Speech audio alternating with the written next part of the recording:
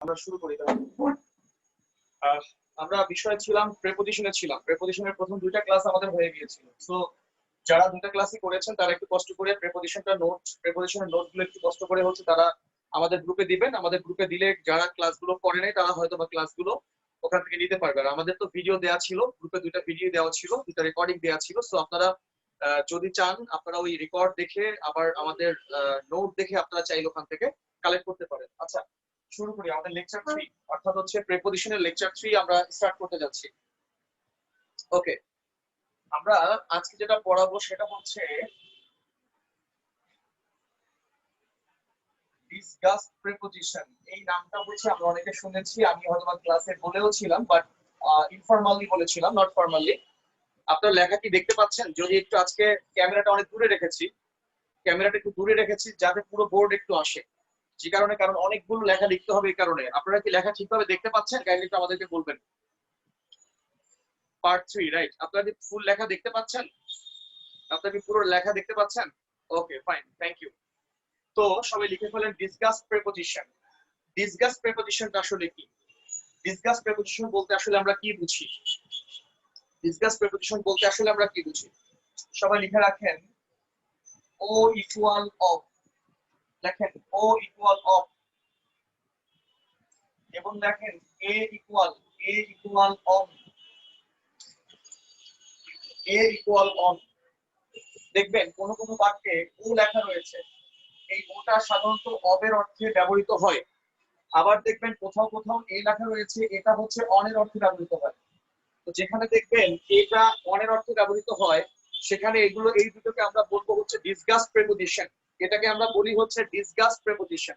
So আমাদের মাঝে একটু ঝামেলা হয় কোথায়, খেয়াল করি, ঝামেলা হয় এই এটাকে এ কিন্তু আর্টিকেল হিসেবে ব্যবহৃত হতে পারে, এ কিন্তু আর্টিকেল, আবার এ কিন্তু প্রেপোজিশন হিসেবেও ব্যবহৃত হতে পারে। এই জায়গাটাতে একটা ঝামেলা হয়, কারণ এ বলতে আমরা আর্টিকেল কি বুঝি? সাধারণত এ বলতে আমরা আর্টিকেল কি বুঝি, কিন্তু মাঝে মাঝে দেখবো এ এটা প্রেপোজিশন হিসেবেও ব্যবহৃত হতে পারে।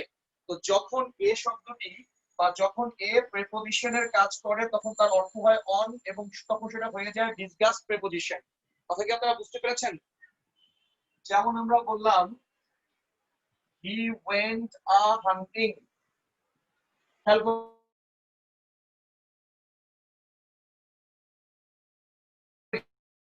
আচ্ছা, আপনারা, আমার একটা ফোন আসছিল যে কারণে একটু বোধহয় ইয়া হয়ে গেছিল, এখন দেখতে পাচ্ছেন মনে হয়। আচ্ছা, বললাম হি ওয়েন্ট আ হান্টিং। এই বাক্যের একে আমরা আর্টিকেল বলবো নাকি প্রেপোজিশন বলবো, একটা ঝামেলা হয় যে হি ওয়েন্ট আ হান্টিং এই বাক্যের মধ্যে একে আমরা আর্টিকেল বলবো নাকি প্রেপোজিশন বলবো, একটা ঝামেলা হতে পারে। আচ্ছা, এখন আপনি বলবেন এই এটা হচ্ছে প্রেপোজিশন, এই এটা হচ্ছে আর্টিকেল নয়। প্রশ্ন হচ্ছে কেন প্রেপোজিশন, কেন আর্টিকেল নয়? আপনি উত্তর দিবেন যদি আর্টিকেল হতো, আর্টিকেল যদি হতে হয় আর্টিকেলের পরে সর্বদা একটা নাউন থাকতে হয়। আবারও বলছি, আর্টিকেলের পরে সর্বদা একটি নাউন থাকবে, অথবা আর্টিকেলের পরে একটি নাউন ফ্রেজ থাকবে। আমি আবারও বলছি। আচ্ছা, লেখা দেখা যাচ্ছে না? লেখা কি ক্লিয়ার দেখা যাচ্ছে না? একটু কাইন্ডলি বলবেন, লেখা কি ক্লিয়ার দেখা যাচ্ছে না? কেন, লেখা তো ক্লিয়ার দেখা যাওয়ার কথা।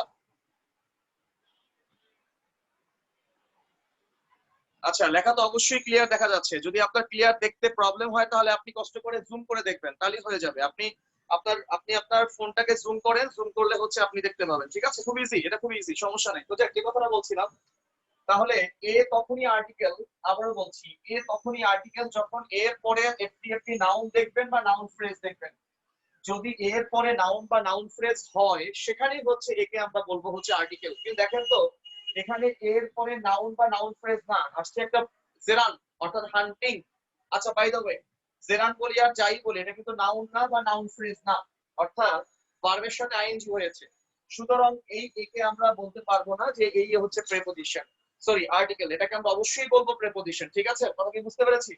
যেমন ধরেন বলা হলো, এই যে আপনারা নর্মাল কথা বলেন না, যেমন he is a good boy, এই বাক্যে আপনি একে বলবেন হচ্ছে আর্টিকেল। কেন আর্টিকেল বলবেন? আর্টিকেল এই কারণে বলবেন কারণ গুড বয় এটা হচ্ছে একটা ফ্রেজ। এটা কি একটা বলি ভাই? ফ্রেজ। কোন ফ্রেজ? এটা হচ্ছে নাউন ফ্রেজ। কারণ হচ্ছে বয়টা কি গুড বয়, একটা গুড বয় কে বোঝাচ্ছে। সো এটা হচ্ছে নাউন ফ্রেজ, বিধায় আপনি এই একে বলবেন হচ্ছে আর্টিকেল। সো যেহেতু এই এর পরে নাউন ফ্রেজ আছে অথবা হচ্ছে আই হ্যাভ আ পেন, এখানে আপনি এ কে বলতে পারেন আর্টিকেল। কেন আর্টিকেল বলবেন? কারণ পেনটা হচ্ছে নাউন, তাই আপনি একে বলবেন আর্টিকেল। কিন্তু হি ওয়েন্ট আ হান্টিং, এই বাক্যের একে আপনি আর্টিকেল বলবেন না, এই বাক্যের একে বলবেন আপনি প্রেপোজিশন। আর এই প্রেপোজিশনের নাম হচ্ছে ডিসকাস প্রেপোজিশন। আপনারা মনে হয় বুঝতে পেরেছেন। আচ্ছা, যেমন ধরুন প্রশ্ন আসলো, a poor man went a begging,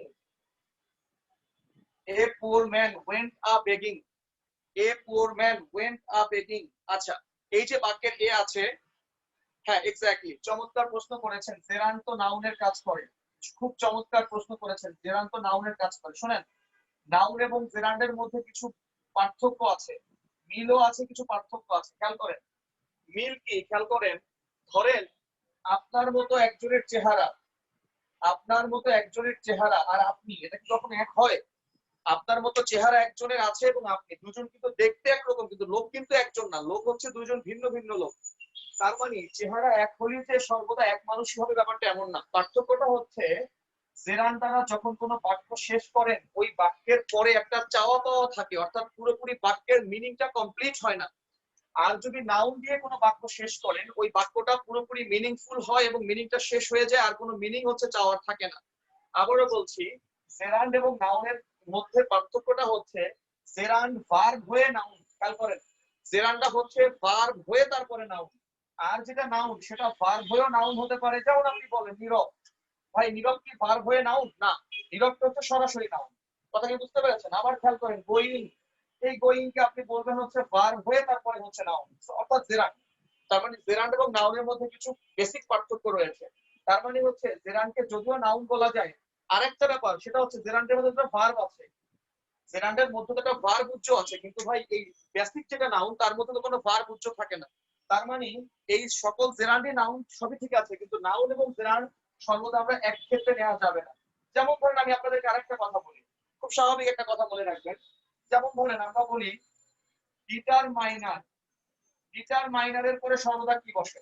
ডিটারমাইনারের পরে সর্বদা বসে হচ্ছে নাউন। এখন আপনি বলবেন ভাই ডিটারমাইনারের পরে যদি নাউন বসে তাহলে তো ভাইয়া ডিটারমাইনার হচ্ছে, হ্যাঁ বলা যায়, বলা যায়। ডিটারমাইনার যেহেতু নাউন তার মানে ডিটারমাইনারের পরে তো ভাই জেরান্ড বসার কথা না, এটা আপনি বলতে পারবেন না।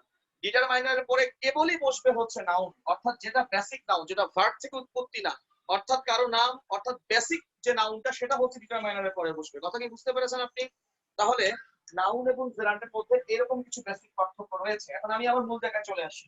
এ পোর ম্যান ওয়েন্ট আ বেগিং, এই বাক্যের একে আপনি কখনোই আর্টিকেল বলবেন না, এই বাক্যের একে আপনি বলবেন এই এ হচ্ছে প্রেপোজিশন। প্রশ্ন হচ্ছে কেন প্রেপোজিশন? আপনি বলবেন এটা আর্টিকেল যদি হতো, আর্টিকেল হলে এটা হতো অ্যাডজেক্টিভ। খেয়াল করেন সবাই, যদি এটা আর্টিকেল হতো তবে হতো অ্যাডজেক্টিভ। আর অ্যাডজেক্টিভের পরে কি বসে বলি ভাই? অ্যাডজেক্টিভের পরে বসে হচ্ছে নাউন। কথা বুঝতে পেরেছেন? তো কথা হচ্ছে যেহেতু এর পরে সরাসরি নাউন নেই, আছে হচ্ছে ভার্বের সাথে আইএনজি, তাই আমরা এই একে বলবো হচ্ছে প্রেপোজিশন। কথা কি আমরা বুঝতে পেরেছি? তাহলে ডিসকাস প্রেপোজিশন ব্যাপারটা কি? ডিসকাস প্রেপোজিশন ব্যাপারটা হচ্ছে যখন দেখবেন ও অবের অর্থে ব্যবহৃত হয়, এ ওয়ানের অর্থে ব্যবহৃত হয়, এই দুটোকে আমরা বলবো হচ্ছে ডিসকাস প্রেপোজিশন। তাহলে প্রশ্ন আসতে পারে এ আর্টিকেল ছাড়া আর কি হতে পারে? আপনি বলবেন এ আর্টিকেল ছাড়া আবার প্রেপোজিশনও হতে পারে। কখন হতে পারে? যখন এর অর্থ হচ্ছে অন। বাক্যটা ছিল a poor man went on begging, a poor man went on, কি বলি বাচ্চারা, সরি কি বলি ভাই, এটা হচ্ছে a poor man went on begging. কথা কি আপনারা বুঝতে পেরেছেন? আচ্ছা, বললাম it is 6 o'clock by my watch. আচ্ছা, কি বললাম? It is 6 o'clock by my watch, অর্থাৎ আমার ঘড়িতে কয়টা বাজে? 6টা বাজে। আচ্ছা, এখন প্রশ্ন হচ্ছে এই যে আপনার 6 o'clock বলেন, এই যে ও, এই প্রশ্ন আসতে পারে এই ও কোন পার্ট অফ স্পিচ? প্রশ্ন আসতে পারে এই ও কোন পার্ট অফ স্পিচ? উত্তরটা হচ্ছে এই ও হচ্ছে প্রেপোজিশন। প্রশ্ন হচ্ছে এই ও কি বলি ভাই? প্রেপোজিশন। এই ও এর অর্থ হচ্ছে অফ, এই ওটা ছিল অফ, অর্থাৎ আমার ঘড়ির 6টা, অফ 6 o'clock অর্থাৎ ঘড়িতে 6টা, ঘড়ির 6টা। তাহলে ও এর জায়গায় যখন এইভাবে অ্যাপোস্ট্রফি দেওয়া থাকবে উপরে একটা, আপনি মনে রাখবেন সেটা হচ্ছে অফের অর্থ দেয় এবং সেটা হচ্ছে কি প্রেপোজিশন, এবং সেই প্রেপোজিশনকে আমরা বলি হচ্ছে ডিসকাস প্রেপোজিশন। তাহলে আপনারা নিশ্চয়ই বুঝতে পেরেছেন ডিসকাস প্রেপোজিশন বলতে আমরা কি বোঝাচ্ছি। ডিসকাস প্রিপোজিশন বলতে আমরা ও এবং এ কে বোঝাচ্ছি। এ হচ্ছে অন এর অর্থে এবং ও হচ্ছে অব এর অর্থে। যখন বাক্যে ব্যবহৃত হয় তখন সেটাই হচ্ছে ডিসকাস প্রিপোজিশন। সবচেয়ে বড় সমস্যা হয় এ নিয়ে। এখন আপনি বলবেন এ কখন আর্টিকেল কখন প্রিপোজিশন, আপনি বলবেন যখন ও এর এর পরে যখন আইএনজি হয়। আপনি বলবেন এভাবে করে বলবেন এ প্লাস ভার্ব প্লাস আইএনজি হলে এই এ হচ্ছে কি বলি ভাই প্রিপোজিশন।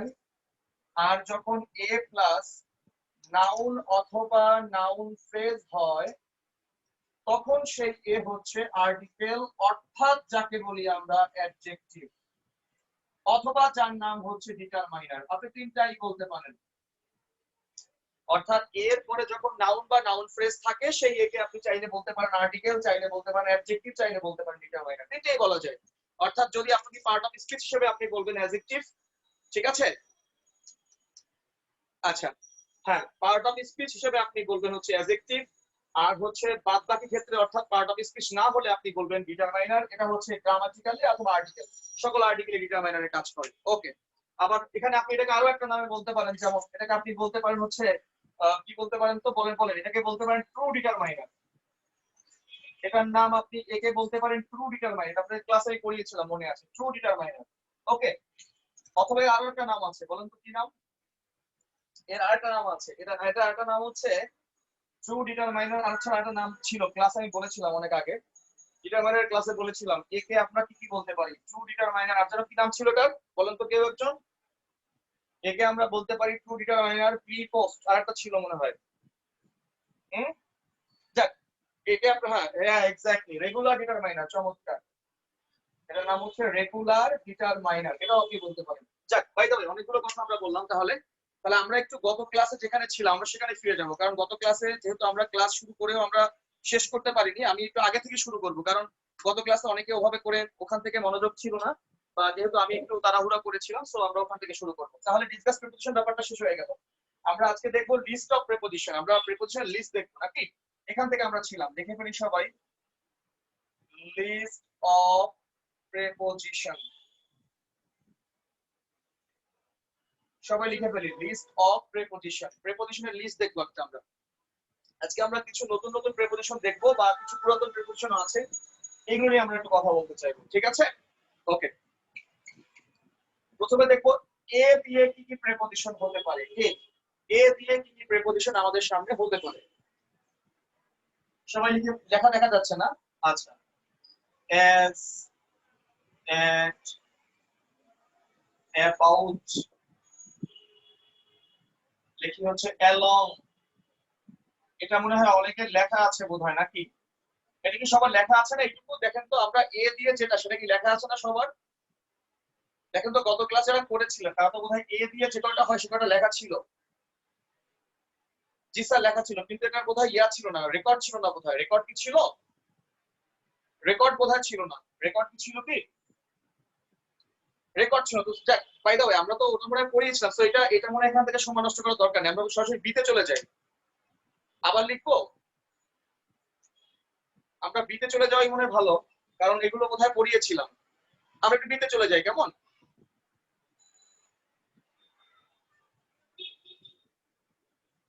আচ্ছা, একটু সময়, অল্প সময়, যেহেতু 2 মিনিট লাগবে, লিখে দিই। লেখেন এগেইনস্ট, এবার সবাই লিখি হচ্ছে as to, লিখি হচ্ছে as for। খুব গুরুত্বপূর্ণ এগুলো, কিন্তু খুবই গুরুত্বপূর্ণ, এখান থেকে পরীক্ষায় কিন্তু প্রশ্ন আসবে। এবার লিখি হচ্ছে among, এবার লিখি হচ্ছে amid, লিখবো হচ্ছে amidst, amid এবং amidst। লিখবো হচ্ছে around, লিখবো হচ্ছে across। গুরুত্বপূর্ণ, গুরুত্বপূর্ণ হচ্ছে apropos of, খুবই গুরুত্বপূর্ণ, apropos of। এবার লিখি হচ্ছে ahead of, লেখেন হচ্ছে aboard, ahead of। এরপর লিখবেন হচ্ছে aboard, লিখবো হচ্ছে atop, আর লিখবেন হচ্ছে স্প্রাইট। এটা ছন্দ আছে, যদিও ছন্দ করে পড়াটা ভালো হয়, যাক ব্যাপার না, সবকিছু ছন্দ দিয়ে হওয়ার দরকার নেই, আপনারা যেগুলো মনে রাখলেই চলবে। স্প্রাইট। আচ্ছা, এখন আসেন, এগুলোর মধ্যে একটু ঝামেলা আছে। এখন দেখবেন কিছু কিছু জিনিস যেগুলো আমরা অ্যাড, এটা আমরা আগে পড়িয়েছি অ্যাড এর ব্যবহার, রাইট? অ্যাবাউট এর ব্যবহার আমরা সাধারণত আমরা জানি, অ্যাজ এটা আমরা আমাদের কাছে পরিচিত। অ্যালং এবং অ্যালং সাইড নিয়ে আলোচনা করলে ভালো হয়, কেমন? অ্যাজ এবং অ্যাজ টু এবং অ্যাজ ফর নিয়ে আলোচনা করলে ভালো হয়। আচ্ছা, তারপরে হচ্ছে অ্যামং এর সাথে আলোচনা আসবে, বিটুইন আলোচনা, অ্যামং এর সাথে বিটুইন আলোচনাগুলো এগুলো পরে আসবে। অ্যামিড এবং অ্যামিস্ট এর আলোচনাটা একটু পরে করলে ভালো হয় হয়তো, বা অ্যাপ্রোপোজ অফ নিয়ে কথা বলতে হবে। আচ্ছা, এরপরে হচ্ছে আপনি বলবেন হচ্ছে অ্যাবোর্ড নিয়ে কথা বললে ভালো হয়, আর স্ট্রাইক, এগুলো নিয়ে একটু কথা বলি আমরা। ওকে, আসেন, আমরা গত ক্লাসে একটু যদিও পড়িয়েছিলাম, তারপরে একটু কথা বলি, যেহেতু অনেক এখানে নতুন আছেন। এবারে আসেন, অ্যালং এবং অ্যালং সাইড নিয়ে প্রথমে কথা বলি। অ্যালং কি এবং অ্যালং সাইড কি, সবাই লিখে ফেলি। Along versus along side. সবাই লেখেন অ্যালং ভার্সেস অ্যালং সাইড, যেটা গতকালে লিখেছেন তারা লেখার দরকার নেই, বাকিরা লিখবেন। Along versus alongside. অ্যালংটা আসলে কোথায় বসে, লেখেন বরাবর অথবা সারিবদ্ধভাবে কোনো কিছু থাকা। দেখেন, বরাবর কোনো কিছু বরাবর, একটা বরাবর, ধরেন একটা জায়গা আছে, জায়গা বরাবর 1 2 3 4 সারিবদ্ধভাবে অনেকগুলো জিনিস আছে, তাকে আমরা বলবো অ্যালং। কি বলবো বলি ভাই? অ্যালং বলবো। ওকে, তাহলে অ্যালং এর অর্থটা হচ্ছে সাধারণত আমরা বোঝাবো হচ্ছে বরাবর যেখানে বসবে বা সারিবদ্ধভাবে কোনো কিছু থাকাকে, সেখানে আমরা অ্যালং বলবো। আর অ্যালং সাইড আমরা বলবো হচ্ছে পাশাপাশি। অ্যালং সাইড কথাটা বলবো হচ্ছে আমরা পাশাপাশি। ওকে, যেমন বলতে পারি টুগেদার উইথ, টুগেদার উইথ কে আমরা বলতে পারি পাশাপাশি, একসাথে। অ্যালং সাইড কে আমরা বলবো হচ্ছে একসাথে। একসাথে যখন মিনিংটা আসবে, একই সাথে, এখানে বরাবর অনেকগুলো না, একসাথে কোনো কাজ করতেছি, একসাথে যাচ্ছি কোথাও, একসাথে হাঁটছি, পাশাপাশি হাঁটছি, এগুলোকে আমরা বলবো হচ্ছে অ্যালং সাইড। সে আমার পাশে হাঁটছিল, এখানে আমরা বলবো অ্যালং সাইড। যদি আমি বলি আমার রাস্তার ধারে তিনটা সমান করে তিনটা বিল্ডিং আছে, রাস্তার ধারে বরাবর তিনটা বিল্ডিং আছে, এখানে আমরা বলবো হচ্ছে অ্যালং। ওকে, তাহলে বরাবর বললে আমরা বলবো হচ্ছে অ্যালং, সারিবদ্ধভাবে কোনো কিছু থাকা, একের পর এক একাধিক থাকা, সেটাকে আমরা বলবো হচ্ছে অ্যালং। আর অ্যালং সাইড অর্থ হচ্ছে আমরা বলবো পাশাপাশি বা টুগেদার উইথ। বললাম দেয়ার ওয়্যার, দেয়ার ওয়্যার না করে দেয়ার আর বলি, কারণ এটা শুধু প্রেজেন্ট টেন্সের কথা, আগে তো যায় না। দেয়ার are a lot of shops অথবা লট অফ বিল্ডিংস অথবা lot of, by the way বিভিন্ন কিছু হতে পারে। There are a lot of shops dash the road, অর্থাৎ রোডের পাশে অনেকগুলো বিল্ডিং রয়েছে, অনেকগুলো দোকান রয়েছে। তাহলে রোডের পাশে অনেকগুলো দোকান, একের পর এক দোকান, সারিবদ্ধভাবে অনেকগুলো দোকান রোডের পাশে আছে, তাই না? রোডের পাশে দোকানগুলো সাধারণত সারিবদ্ধভাবেই থাকে, তাই না? কারণ একটা আগে একটা পিছনে এমন তো থাকে না, সাধারণত সারিবদ্ধভাবেই সাধারণত তারা থাকে, পাশাপাশি থাকে তবে সারিবদ্ধভাবে থাকে, তাই না? সেখানে আমরা বলবো হচ্ছে অ্যালং। কি বলবো বলি ভাই? অ্যালং। কথা কি বুঝতে পারছেন? দেয়ার are a lot of shop অথবা বিল্ডিংস অ্যালং দ্য রোড। ধরেন বললাম the boy ran alongside the bike all the way. আচ্ছা, এবার কথা কি বললাম? the boy ran dash the bike all the way। আচ্ছা, অথবা আচ্ছা ফাইন, বললাম হচ্ছে ছেলেটি বাইকের সাথে পুরো ওয়েটা দৌড়ে দৌড়ে এসেছিল। the boy ran dash the bike all the way, অর্থাৎ ছেলেটি বাইকের সাথে পুরো পথ দৌড়ে দৌড়ে এসেছিল। তার মানে খেয়াল করেন, বাইকের সাথে সে পুরো পথ দৌড়ে এসেছিল, বাইকের সাথে এসেছিল পুরো পথ, বাইকের পাশাপাশি একসাথে বাইকের সাথে বাইক ভাবে চলেছে, ছেলেটা সেভাবে করে দৌড়েছে, রাইট? এখানে আমরা বলবো হচ্ছে অ্যালং সাইড। কথা কি বুঝতে পেরেছি? তাহলে আসেন, খুব স্বাভাবিকভাবে আমরা একটা কথা বলতে পারি, যদিও বা এটা খুব একটা বড় পার্থক্য না, তারপর আমরা একটা কথা নরমালি বলতে পারি।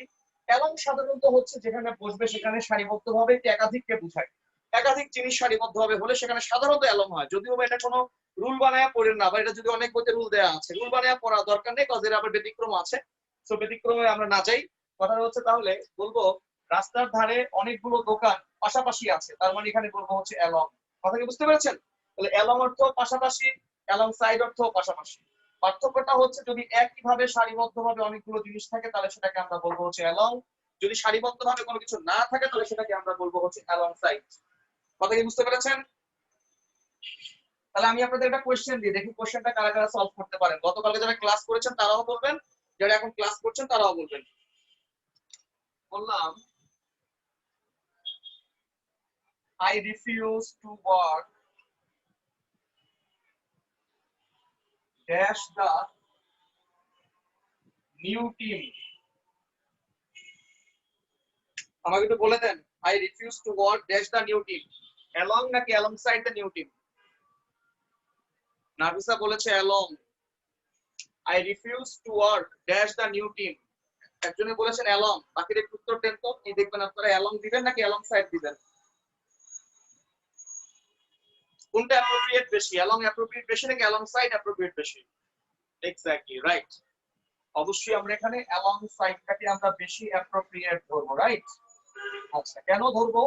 কারণ এখানে আমরা পাশাপাশি বুঝাচ্ছি, টুগেদার উইথ বুঝাচ্ছি, সারিবদ্ধভাবে কোনো কিছু নাই। সারিবদ্ধভাবে এখানে কোনো কিছু বুঝায় নাই, সারিবদ্ধভাবে এখানে কোনো কিছুই বুঝায় না। সো দ্যাট এখানে আমরা কেন হচ্ছে অ্যালং বলবো? এখানে আমরা অ্যালং সাইড হচ্ছে আমাদের কাছে বেশি অ্যাপ্রোপ্রিয়েট মনে হচ্ছে না। আচ্ছা, তাহলে এবার বলেন তো, বললাম I saw 5 different boats dash the bank of river। অর্থাৎ নদীর ধারে আমি 3টা বোট সারিবদ্ধভাবে দেখেছি। এবার আপনি বলতে পারেন, এখানে আপনি বলতে পারেন হচ্ছে অ্যালং, রাইট? কথা কি আমরা বুঝতে পেরেছি? ক্লিয়ার ব্যাপারটা? ওকে ফাইন, তাহলে এটা পুরো ক্লিয়ার হয়ে গেল। তাহলে অ্যালং এবং অ্যালংসাইড ব্যাপারটা ক্লিয়ার হয়ে গেল। আসেন তাহলে আমরা সামনে আগাই। এরপরে আসি হচ্ছে আমরা আরেকটা জিনিস আমাদের কাছে লাগবে কাজে, সেটা হচ্ছে অ্যাস্ট্রাইট। সেদিন ক্লাস আলোচনা করেছিলাম অ্যাস্ট্রাইট। অ্যাস্ট্রাইট এটা হচ্ছে একটা প্রেপোজিশন, যদিও বা অ্যাস্ট্রাইট এটা অ্যাডভার্ব হয়। দেখেন অ্যাস্ট্রাইট এটা প্রেপোজিশন হিসেবেও অ্যাস্ট্রাইটটা ব্যবহৃত হয়। দেখেন অ্যাস্ট্রাইট, সেদিন আমি ক্লাসে বলেছিলাম অ্যাস্ট্রাইট মানে কি। অ্যাস্ট্রাইট মানে হচ্ছে সাইড স্যাডেল। সাইড স্যাডেলের বিপরীত। সাইড স্যাডেল মানে কি শোনেন, সাইড স্যাডেলের অর্থ হচ্ছে একদিকে বসা। অর্থাৎ যখন আমরা, খেয়াল করেন, যখন আমরা চেয়ারে বসি, আমরা যখন চেয়ারে বসি, চেয়ারে যখন বসে তখন কি আমরা দুই দিকে পা দিয়ে বসি না, পা দুটো একদিকে দিয়ে বসি। আরো সহজ করে বলি আপনারা তাহলে বুঝতে পারবেন, যারা নতুন ক্লাস করছেন তারা হয়তো ব্যাপারটাকে নতুন ভাবে শুনতেছেন। ধরেন মেয়েরা বা আমাদের আপুরা যখন দেখবেন বাইকে বসে, তখন বাইকে বসলে বাইকের পেছনে তারা একদিকে পা দিয়ে বসে, রাইট? ব্যাপারটা এরকম না? আচ্ছা, আমরা যারা ছেলেরা যখন যারা বাইকে সাধারণত যারা বসি তারা কোথায় পা দিয়ে বসি? আমরা দুই দিকে পা দিয়ে বসি। তাহলে স্ট্রাইডের অর্থ হচ্ছে দুই পাশে পা দিয়ে বসা। দুই পাশে পা দিয়ে বসা, দুই পাশে পা দিয়ে কোনোভাবে হচ্ছে বসার সিস্টেমটাকে আমরা স্ট্রাইড বলি। আর সাইড স্যাডেল মানে হচ্ছে একদিকে পা দিয়ে বসা। সাইড স্যাডেল অর্থ হচ্ছে কি বলে, একদিকে পা দিয়ে বসা। তার মানে হচ্ছে এই স্ট্রাইডটা হচ্ছে সাইড স্যাডেলের বিপরীত। স্ট্রাইডটা কি বলি ভাই? স্ট্রাইডটা হচ্ছে সাইড স্যাডেলের বিপরীত। অর্থাৎ স্ট্রাইডটা হচ্ছে দুই পাশে পা দিয়ে বসাকে স্ট্রাইড বলা হয়, আর সাইড স্যাডেল কি হচ্ছে একদিকে পা দিয়ে বসাকে আমরা হচ্ছে সাইড স্যাডেল বলি। কথা কি আমরা বুঝতে পেরেছি? বললাম শিরা বলে বলি he said astride his motorbike। আচ্ছা কি বললাম? He said astride his motorbike, অর্থাৎ সে তার মোটরবাইকের পিছনে কিভাবে বসছিল? সে তার মোটরবাইকের পিছনে কি হচ্ছে, দুই পাশে পা দিয়ে বসছিল। তার মানে নট সাইড স্যাডেল, অর্থাৎ একদিকে পা দিয়ে না। এটাকে আমরা বলবো হচ্ছে, কি বলবো এটাকে আমরা বলবো হচ্ছে প্রেপোজিশন। কথা কি আমরা বুঝতে পেরেছি? আচ্ছা, প্রশ্ন আসতে পারে ভাই প্রেপোজিশন কেন? প্রশ্ন আসতে পারে প্রেপোজিশন কেন বলবো? উত্তর দিবেন হিজ মোটর বাইক। এই যে হিজ মোটর বাইক, এটা হচ্ছে noun phrase. His motor bike এটা হচ্ছে নাউন ফ্রেজ। খেয়াল করেন, হিজ মোটর বাইক এটা হচ্ছে নাউন ফ্রেজ। ওই যে বললাম প্রেপোজিশনের পরে নাউন অথবা নাউন ফ্রেজ থাকে, মনে আছে? একটু আগে বলে আসছিলাম প্রেপোজিশনের পরে কি বসে বলি ভাই? নাউন বসে অথবা নাউন ফ্রেজ বসে। আপনাদেরকে একটু বলে আসছিলাম। সো দ্যাট যদি হিজ মোটর বাইকটাকে আমরা নাউন ফ্রেজ বলতে পারি, তার মানে আমরা স্ট্রাইকটাকে আমরা প্রেপোজিশন চাইলে বলতে হচ্ছে। ওকে, তাহলে এবারে আসেন হচ্ছে আরেকটা জিনিস যেটা আমাদের অ্যামিড এবং অ্যামিডস। এটা হচ্ছে খুবই ইজি একটা কথা, এটা খুব একটা লাগবে না পরীক্ষায়, কারণ দুটোর মধ্যে খুব একটা পার্থক্য ওরকম করে নাই। একটা হচ্ছে অ্যামিড, একটা হচ্ছে অ্যামিডস। অ্যামিড এবং অ্যামিডস এর ব্যাপারটা কি? অ্যামিড এর এবং অ্যামিডস এর অর্থ হচ্ছে মাঝে, কোনো কিছুর মাঝে অথবা কোনো কিছুর ভেতর, লিখে রাখেন। অর্থাৎ কোনো ভিড়ের মাঝে আছেন আপনি, রাস্তার মাঝে আছেন, ভিড়ের মাঝে আছেন, এই যে ইত্যাদি ইত্যাদি, এগুলোকে আমরা বলবেন হচ্ছে অ্যামিড বা অ্যামিডস। এই অ্যামিড এটা ব্যবহৃত হয় ব্রিটিশ ইংলিশে হচ্ছে বেশি, যদিও বা অ্যামিডটা ব্রিটিশ ইংলিশে বেশি ব্যবহৃত হয়, এবং অ্যামিডস এটা হচ্ছে আমেরিকান ইংলিশে হচ্ছে বেশি ব্যবহৃত হয়। অর্থাৎ অ্যামিডস এর ব্যবহারটা আমেরিকান ইংলিশে হচ্ছে বেশি, আর অ্যামিডের ব্যবহারটা হচ্ছে ব্রিটিশ ইংলিশে হচ্ছে বেশি। যদিও আমি গত ক্লাসে বলেছিলাম অ্যামিড এবং অ্যামিডস এর হচ্ছে উৎপত্তি নিয়ে একটু কথা বলেছিলাম আমি, যদিও বা এটা যদিও লাগে না, তারপরে মনে রাখেন অ্যামিড এই কথাটা এসেছে অ্যামিডি থেকে। অ্যামিডি, অ্যামিডি থেকে এসেছে অ্যামিডস কথাটা, আর অ্যামিডস এসেছে হচ্ছে অ্যামিডিস থেকে। এটা যদিও পৃথিবীর কোনো পরীক্ষায় লাগবে না, কোথাও লাগবে না কাজে, আপনি জেনে রাখলেন জাস্ট অ্যামিডটা আসলে আসছে কোত্থেকে। কথা কি আপনারা বুঝতে পেরেছেন? ওকে, যাক, বাই দ্য ওয়ে, এটা নিয়ে খুব একটা আমাদের ঝামেলা হবে না। অ্যামিড এবং অ্যামিডস দুইটা ব্যবহারই আপনি যে কোনো জায়গায় করতে পারেন, দুইটা ব্যবহারই সেম। একটা হচ্ছে ব্রিটিশ ইংলিশ, একটা হচ্ছে আমেরিকান ইংলিশ। ওকে, এরপরে আপনি আসেন S. S for S. S তো আপনি জানেন, এস এর ব্যবহার আপনারা জানবেন, এস এর প্রিপোজিশনের ব্যবহারটা খুবই ইজি, এটা আমরা আলোচনার সামনে করব। আসেন, সমস্যা হচ্ছে এস টু কোথায় বসবে এবং এস ফর কোথায় কোথায় বসবে, এটা হচ্ছে বেশি ঝামেলা করে। আমরা কোথায় এস টু বসাবো, কোথায় হচ্ছে আমরা এস ফর বসাবো। আচ্ছা, এস টু এর অর্থ হচ্ছে কোনো কিছু সম্পর্কে কোনো কিছু বলা। খেয়াল করেন, এস টু মানে সম্পর্কে, লেখেন এস টু, এটা হচ্ছে অ্যাবাউট। এস টু সাধারণত অ্যাবাউট এর অর্থ দেয়। এস টু কার অর্থ দেয় বলি ভাই? অ্যাবাউট এর অর্থ দেয়। আর এস ফর দেখেন কোনো কিছু, কোনো কিছু বলতে গেলে, এই বাংলাটা এরকম করে আসে আসলে, কোনো কিছু বলতে গেলে, কোনো কিছু বলতে গেলে বা কিছু বলতে গেলে ব্যাপারটা এমন ছিল, কিছু বলতে গেলে ব্যাপারটা এমন ছিল, ইত্যাদি ইত্যাদি। অর্থাৎ আমি উদাহরণ দিয়ে আপনাদেরকে বুঝাচ্ছি। তাহলে আসেন, এস টু এটা হচ্ছে সম্পর্কে, কোনো কিছু সম্পর্কে, সেটা হচ্ছে এস টু। আর এস ফর এর অর্থ হচ্ছে কোনো কিছু বলতে গেলে। আচ্ছা, বললাম as for our last class, আমাদের লাস্ট ক্লাস সম্পর্কে বলতে গেলে ইট ওয়াজ,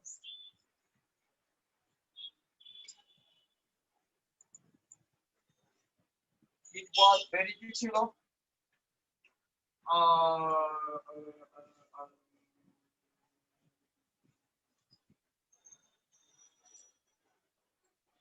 টুডেস ক্লাস বলেন তাহলে। গত ক্লাস তো ভালো হয়নি, খারাপ হয়ে দরকার নাই, ইট ওয়াজ ভেরি ফ্যান্টাস্টিক। আচ্ছা, যাক, বাই দ্য ওয়ে, তাহলে কি বললাম আমরা? as for as for our today's class, as for our today's class it was fantastic।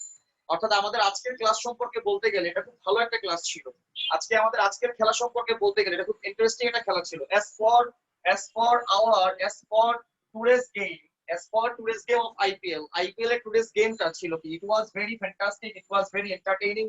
আপনি বিভিন্ন জিনিস বলতে পারেন, তার মানে হচ্ছে as for মানে হচ্ছে বলতে গেলে, তাহলে অর্থটা আসলে as for our today's class, আমাদের বর্তমান আজকের ক্লাস সম্পর্কে বলতে গেলে, as for our today's class, আজকের ক্লাস সম্পর্কে বলতে গেলে it was very fantastic, এটা খুবই ফ্যান্টাস্টিক একটা ক্লাস ছিল। তাহলে এই যে আপনি বললেন as for মানে হচ্ছে কোনো কিছু সম্পর্কে বলতে গেলে আমরা as for টাকে ব্যবহার করি। কথা কি আপনি বুঝতে পেরেছেন? আচ্ছা, তাহলে বললাম ডোনাল্ড ট্রাম্প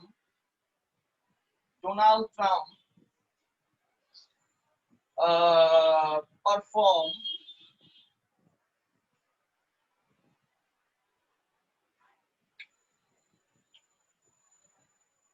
a short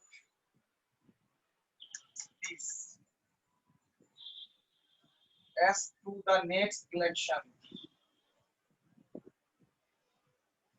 আচ্ছা, যদিও বা শর্ট স্পিচের সাথে অনেকগুলো ভালো ভালো ইংরেজি আছে। শর্ট স্পিচ অর্থাৎ অল্প কথায় কোনো কিছু বলা, ল্যাকোনিক। ল্যাকোনিক, এই যে ল্যাকোনিকের অর্থ হচ্ছে হচ্ছে আপনার শর্ট। ল্যাকোনিকের অর্থ হচ্ছে কোনো কথা আমি শর্ট করে বলা। শর্ট করে বলা মানে ব্যাপারটা এমন না যে কথায় কেটে শর্ট করা, শর্ট করে বলা মানে সামারি বলা। অর্থাৎ আপনি শুনেন, ল্যাকোনিক এবং শর্ট এবং এদের সাথে অনেক পার্থক্য আছে। যদিও বা দেখো, ওদিকে আমরা না যাই, ডোনাল্ড ট্রাম্প পারফর্মড অথবা পারফর্মস অথবা পারফর্মস বলে ভালো হয়, অথবা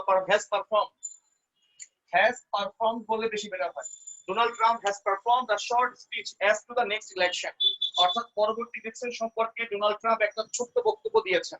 তাহলে কি সম্পর্কে S2 কি সম্পর্কে দ্য নেক্সট ইলেকশন, অর্থাৎ পরবর্তী ইলেকশন সম্পর্কে ডোনাল্ড ট্রাম্প একটা ছোট্ট বক্তব্য দিয়েছেন। তাহলে খেয়াল করেন S2 এর অর্থ হচ্ছে সম্পর্কে, কোনো কিছু সম্পর্কে কোনো কিছু বলা, সেটাকে আমরা বলি হচ্ছে S2।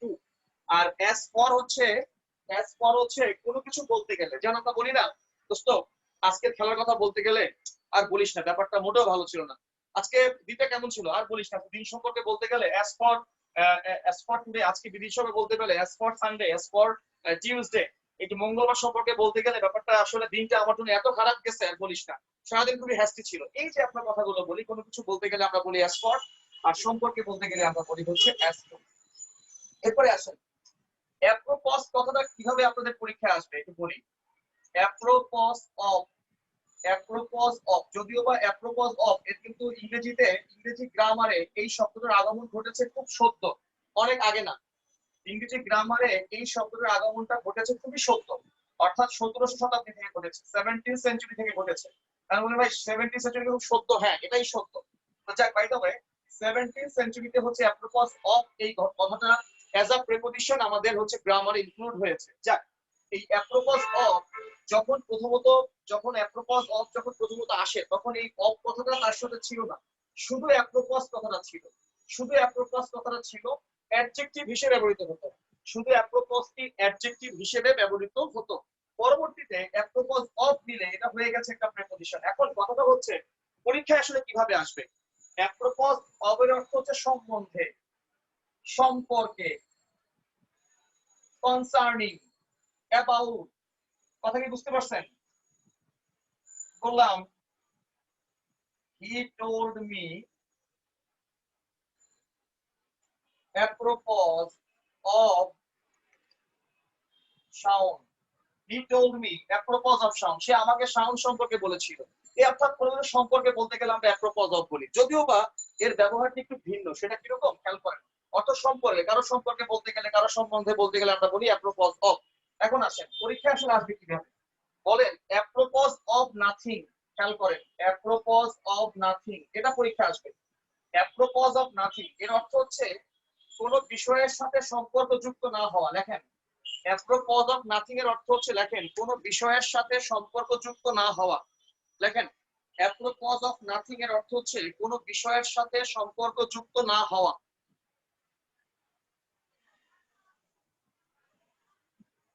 ওকে, যেমন খেয়াল করেন বললাম her comments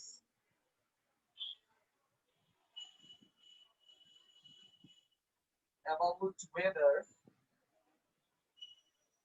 were apropos of nothing। দেখেন her comments about the weather, her comments about the weather were apropos of nothing, অর্থাৎ ওয়েদার সম্পর্কে তার কথাটা ছিল একদমই ওয়েদারের সাথে সম্পর্কযুক্ত না। অর্থাৎ ধরেন একজনে বললো দোস্ত কালকে তো হচ্ছে দেখা যাচ্ছে আজকে যে আকাশের যে অবস্থা মুষলধারে বৃষ্টি পড়বে।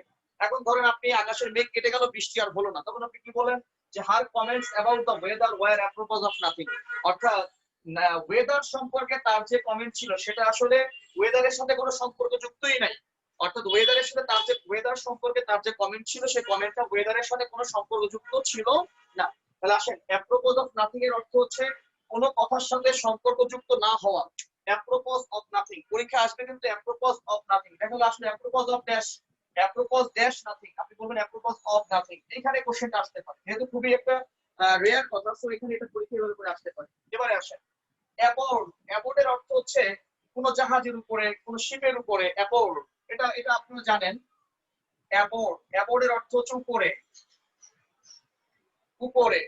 সাধারণত অ্যাবোর্ড কার সাথে বসে, লেখেন কোন জাহাজের উপরে, কোন শিপের উপরে, নৌকার উপরে, অর্থাৎ যেগুলোর উপরে, অর্থাৎ যেগুলো সাধারণত ওয়াটার ভেহিকেল, ওয়াটার ভেহিকেলের উপরে সাধারণত আমরা বলি হচ্ছে অ্যাবোর্ড। আমরা যেমন বলতে পারি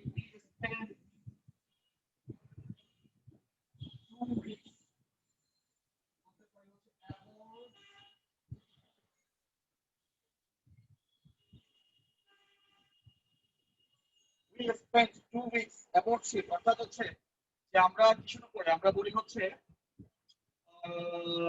আচ্ছা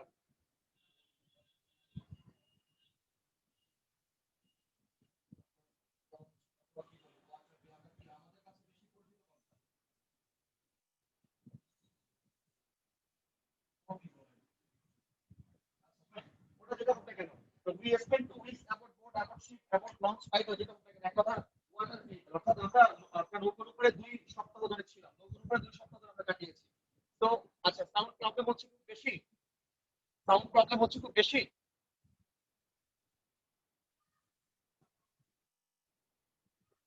সাউন্ড খুব বেশি প্রবলেম হচ্ছে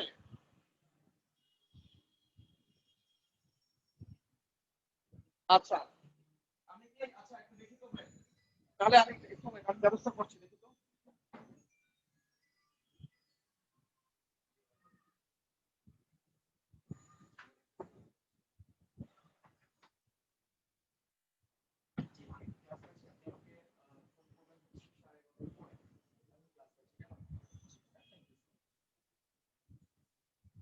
আচ্ছা দেখেন তো এবার কি কথা শোনা যায় ঠিক করে দেখেন তো ভাই দেখেন তো এবার কি কথা ঠিকভাবে শোনা যাচ্ছে এবার কি কথা শোনা যাচ্ছে ঠিকভাবে একটু বলবেন আমাকে এখনো ঠিকভাবে শোনা যাচ্ছে না সেই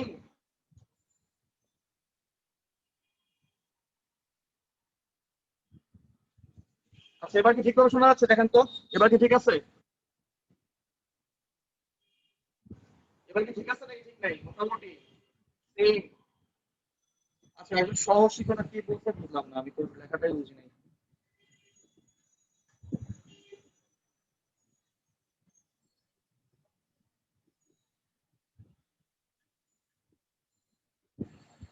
আচ্ছা ক্লিয়ার না হওয়ার তো কোনো কারণ দেখছি না আপনার কি নেটওয়ার্কের সমস্যা হচ্ছে না নেটওয়ার্ক ঠিক আছে বা বেশি মানে বাইরের শব্দ হচ্ছে বেশি মানে বাইরের শব্দ বেশি আসছে ব্যাপারটা কেমন বাইরের শব্দ বেশি আসতেছে ব্যাপারটা কেমন একটু কাইন্ডলি বলবেন তাহলে ঠিক আছে তো আমি কি পড়াবো আমি কি সামনে যাবো এখন ঠিক আছে ওকে আমি পড়াই পড়াই এবার আসেন বি দিয়ে শুরু করি বি দিয়ে হচ্ছে কোন কোন প্রিপজিশন সাধারণত আমাদের সামনে আসে বি দিয়ে কি কি আসে ওই লিখে দিলে আসেন লেখা হচ্ছে বিফোর লেখা হচ্ছে বেনিফ লেখা হচ্ছে বি ওয়ান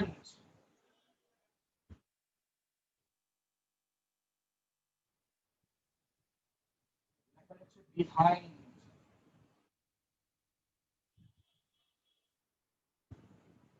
লেখা বিকজ অফ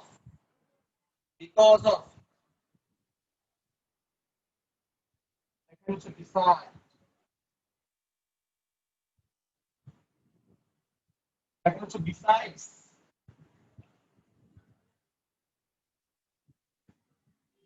লেখা হচ্ছে বিটুইন লেখেন বাট আপনারা জানেন নিশ্চয়ই বাট এটাও প্রিপজিশন শোনা যাচ্ছে না কথা কথা কি শুনতে পাচ্ছেন না আপনারা কথা কি শোনা যাচ্ছে না একদম কথা কি একদমই শোনা যাচ্ছে না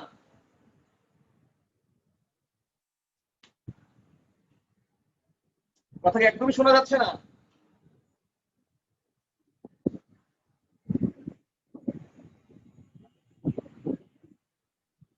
আচ্ছা আমি একটু আপনাদেরকে একটু ইয়া করি আসলে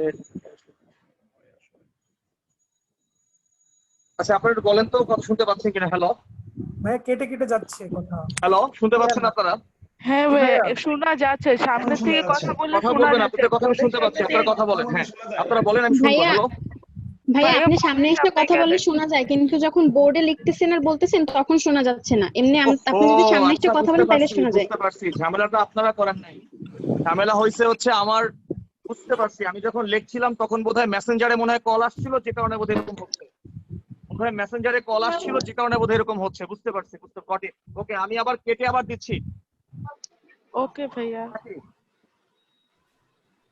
হ্যালো আপনারা একটু কথা বলেন তো হ্যালো হ্যাঁ জি ভাইয়া ভাইয়া এখন শোনা যাচ্ছে, বুঝতে ঠিক পেরেছি আছে। এখন শোনা যাচ্ছে হয়েছে মেসেঞ্জারে বোধহয় কল আসছিল যে কারণে এরকম হচ্ছে আচ্ছা আমি একজনকে একটু ইয়া করতেছি আমি একজনকে হচ্ছে নাফিসা, আমি তোমাকে হচ্ছে ভাইয়া হোস্ট করতেছি, তুমি আবার আমাকে হোস্ট করে দিও।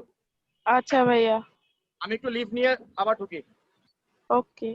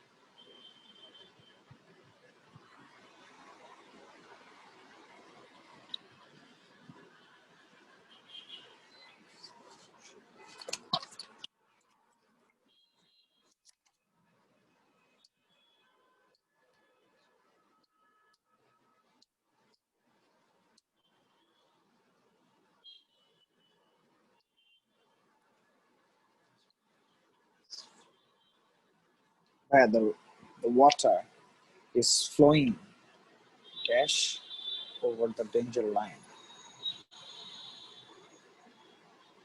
তুমি মিউট করো সিফাত।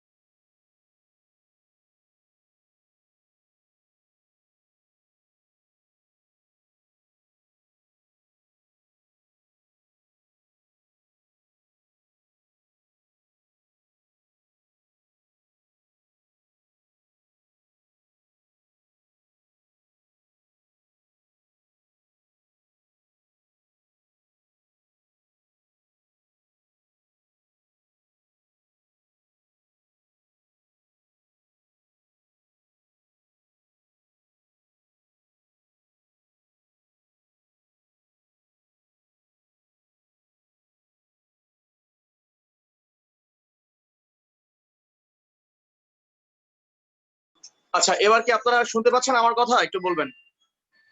হ্যালো, জি ভাইয়া শোনা যাচ্ছে। এবার কি কোনো সমস্যা হচ্ছে?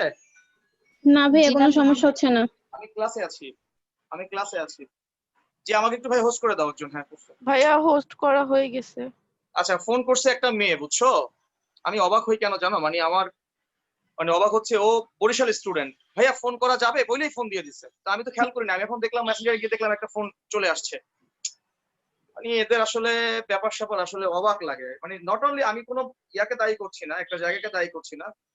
প্রবলেমটা আসলে আমরা মানে এভাবে করে অভ্যস্ত হয়ে গেছি হয়তো বা। এই সালাম, সালাম।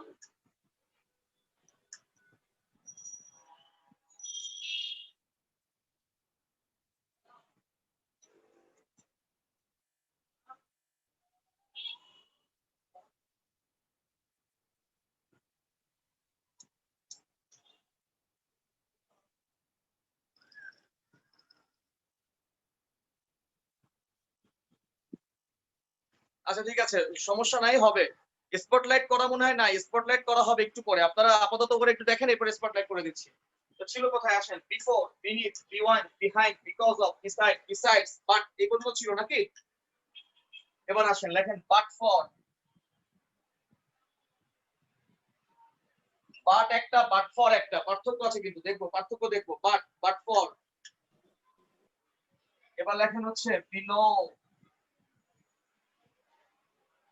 এবার লেখা হচ্ছে বাই। লেখেন বিলো, এবার লেখেন হচ্ছে বাই। এবার লেখেন হচ্ছে বার।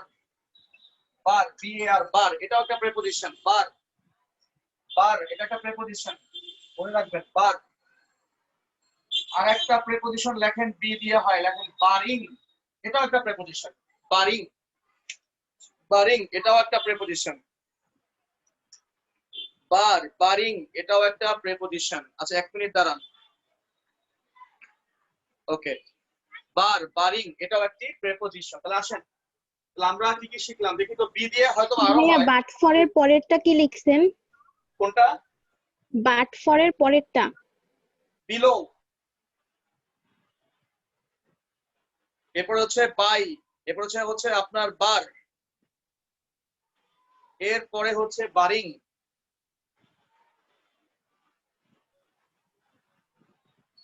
ওকে, এবারে আসছি, আমরা আস্তে আস্তে শুরু করি। বার কি? বার দিয়ে শুরু করি। দেখো, যে বার হচ্ছে প্রেপোজিশন, সেই বারের অর্থ হচ্ছে ছাড়া। দেখো ছাড়া, অর্থাৎ এক্সেপ্ট। দেখো এক্সেপ্ট অথবা ছাড়া। Without, without. বার যদি প্রেপোজিশন হয়, সে বার অর্থাৎ বার প্রেপোজিশন, সে বারের অর্থ হচ্ছে এক্সেপ্ট অথবা ছাড়া। যেমন লিখে রাখেন everyone left the village but the old। লেখেন everyone left the village but the old, অথবা but the very old, এটা লিখতে ভালো হয়। অর্থাৎ সবাই গ্রাম ছেড়েছিল, সবাই গ্রাম ছেড়ে দিয়েছিল, কেবল কারা বাঁধে? যারা খুব বেশি বৃদ্ধ তারা বাঁধে। এখানে বার মানে হচ্ছে বাদে অথবা ছাড়া অথবা ব্যতীত। পরীক্ষা আসছে কিন্তু, ঠিক আছে? অপশনে দেখবেন আপনার এক্সেপ্ট নাই, অপশনে দেখবেন আপনার উইদাউট নাই, অপশনে আছে দেখবেন বার। মানে বার এটাও একটা প্রেপোজিশন, মনে রাখবেন বার হচ্ছে একটা প্রেপোজিশন। আর বার যখন প্রেপোজিশন হয় তখন তার অর্থ হয় ছাড়া, তখন অর্থ হয় হচ্ছে ছাড়া।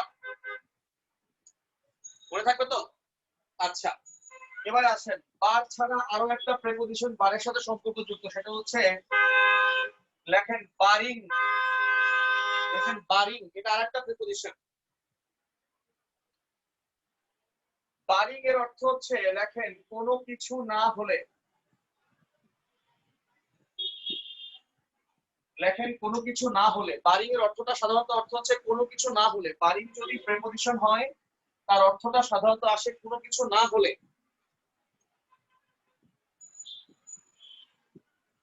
আচ্ছা, যেমন ধরে লিখতে পারেন বারিং এনি অ্যাক্সিডেন্ট। কোনো অ্যাক্সিডেন্ট না হলে, বারিং এনি অ্যাক্সিডেন্ট, কোনো অ্যাক্সিডেন্ট না হলে। আমরা সেখানে হচ্ছে অনেক, আচ্ছা উই হোপ, বললাম হচ্ছে we hope to reach there before sunset.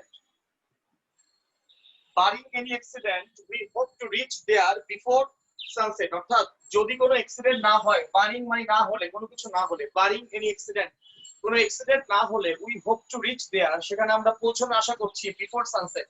আচ্ছা, তাহলে বারিং এর অর্থ হচ্ছে কোনো কিছু না হলে, এবং এই বারিংটা হচ্ছে প্রেপোজিশন। মনে রাখবো এই বারিংটা হচ্ছে প্রেপোজিশন, এবং এটি কিন্তু পরীক্ষা আসা একটা কোয়েশ্চেন, পরীক্ষা আসা লাইন, সেটাই আপনাদেরকে দিচ্ছি। আরেকবার খেয়াল করেন, বারিং হচ্ছে কোনো কিছু না হলে, বারিং এনি অ্যাক্সিডেন্ট, কোন অ্যাক্সিডেন্ট না হলে, we hope to reach there before sunset, আমরা আশা করি সেখানে আমরা সানসেটের পূর্বেই হচ্ছে পৌঁছে যাব।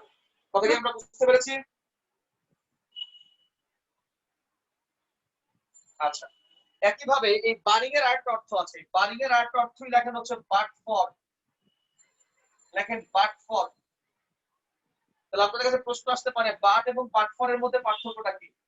মনে রাখবেন পার্ট যখন প্রেপোজিশন হয়, আমি কিন্তু আপনাদেরকে বলেছি পার্ট কি কি হয় না, পার্ট কি হয়, নাউন হয়, পার্ট হচ্ছে ভার্ব হয়, পার্ট হচ্ছে কি হয়, পার্ট হচ্ছে আপনার কনজাংশন হয়, তারপরে পার্ট হচ্ছে প্রেপোজিশন হয়, পার্ট হচ্ছে রিলেটিভ প্রোনাউন হয়, এটা আমরা ক্লাসে বলেছি একবার। তাহলে আসেন, যে পার্ট হচ্ছে, এখন যদি প্রেপোজিশন পড়াচ্ছি তো একটু ধরে কথা বলতেছি আমরা, যে পার্ট হচ্ছে প্রেপোজিশন সেই পার্ট অর্থ হচ্ছে ছাড়া অথবা ব্যতীত, অর্থাৎ বার। কথা কি বুঝছেন? পার্ট এবং বার সেম কথা, পার্ট এবং বার হচ্ছে সেম কথা, পার্ট অর্থ ছাড়া, বার অর্থ ছাড়া, পার্ট এবং বার এটা হচ্ছে সেম কথা, এবং দুটো অর্থ ছাড়া এবং দুটোই হচ্ছে প্রেপোজিশনে ব্যবহৃত হয়। যখন বাটের অর্থ হচ্ছে ছাড়া তখন হচ্ছে বাট প্রেপোজিশন হিসেবে ব্যবহৃত হয়। এবার আসেন, আর বাট ফর, এই বাট ফর অর্থ হচ্ছে না হলে, বাট ফর অর্থ হচ্ছে কোনো কিছু না হলে, বাট ফর অর্থ কি বলি ভাই, কোনো কিছু না হলে।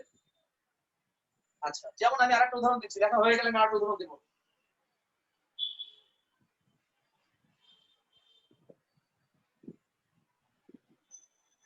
হয়েছে কি? আচ্ছা, খেয়াল করি, বললাম I would have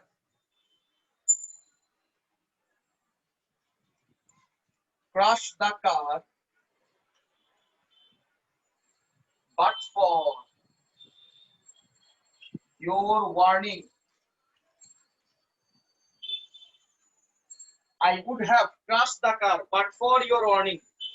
I would have crushed the car but for your warning. অর্থাৎ তোমার ওয়ার্নিং না হলে আমি হচ্ছে ঠিকই গাড়ির সাথে ধাক্কা খেতাম।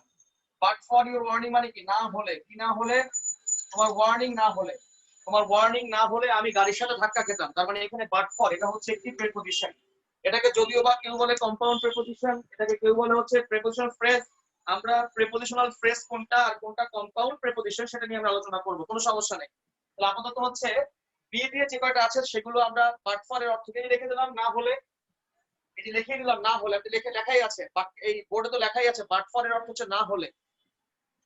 বাট ফর এবং হচ্ছে বারিং, বাট ফর এবং বারিং সেম অর্থ, বারিং ও প্রেপোজিশন, বাট ফর এটাও প্রেপোজিশন। কথা বুঝতে পেরেছি? আজকে আলোচনা করতেছি যেগুলো একটু আমাদের কাছে সচরাচর না সেগুলো আলোচনা করতেছি, বাকিগুলো আলোচনা কিছুটা করেছি, আরো কিছু করবো। তো যাক, তাহলে বি দিয়ে মোটামুটি যেগুলো আছে বাকি আলোচনাগুলো আগে কিছু হয়েছে, সামনে কিছু হবে। এবারে আসেন, সি দিয়ে সাধারণত আছে আমরা কোন কোন প্রেপোজিশন আসলে আমাদের কাছে আসে। সি দিয়ে সাধারণত আমাদের কাছে কি আসে, দেখেন ক্লোজ টু, দেখেন ক্লোজ টু, লেখা হচ্ছে কনসার্নিং, দেখেন কনসার্নিং, কনসার্নিং এটাও একটা প্রেপোজিশন। লেখেন হচ্ছে কনসিডারিং, এটাও একটা প্রেপোজিশন। কনসিডারিং এটাও প্রেপোজিশন। কনসার্নিং এর সামনে লেখেন হচ্ছে ব্যাপারে বা বিষয়ে, সম্বন্ধে, কোনো কিছুর ব্যাপারে কথা বলা, কোনো কিছুর বিষয়ে কথা বলা, কোনো কিছুর সম্বন্ধে কথা বলা, এটাকে আমরা বলি কনসার্নিং। আর কনসিডারিং এর অর্থ হচ্ছে বিবেচনায়, এটা আপনারা জানেন, বিবেচনায়, বিবেচনা এটা আপনারা জানেন। এখন প্রশ্ন আসতে পারে ভাইয়া কনসিডারিং তো হচ্ছে মনে হচ্ছে ভার্ব, কনসার্নিং তো মনে হচ্ছে অন্য কিছু মনে হচ্ছে, তো এইগুলো কিভাবে প্রেপোজিশন এর ব্যাখ্যাটা আমরা ক্লাসে লাস্টে অবশ্যই দিব। আচ্ছা, তাহলে আসেন, ক্লোজ টু, কনসার্নিং, কনসিডারিং এগুলো সবই হচ্ছে প্রেপোজিশন। কথা কি বুঝতে পেরেছি? যেমন আপনি বলতে পারেন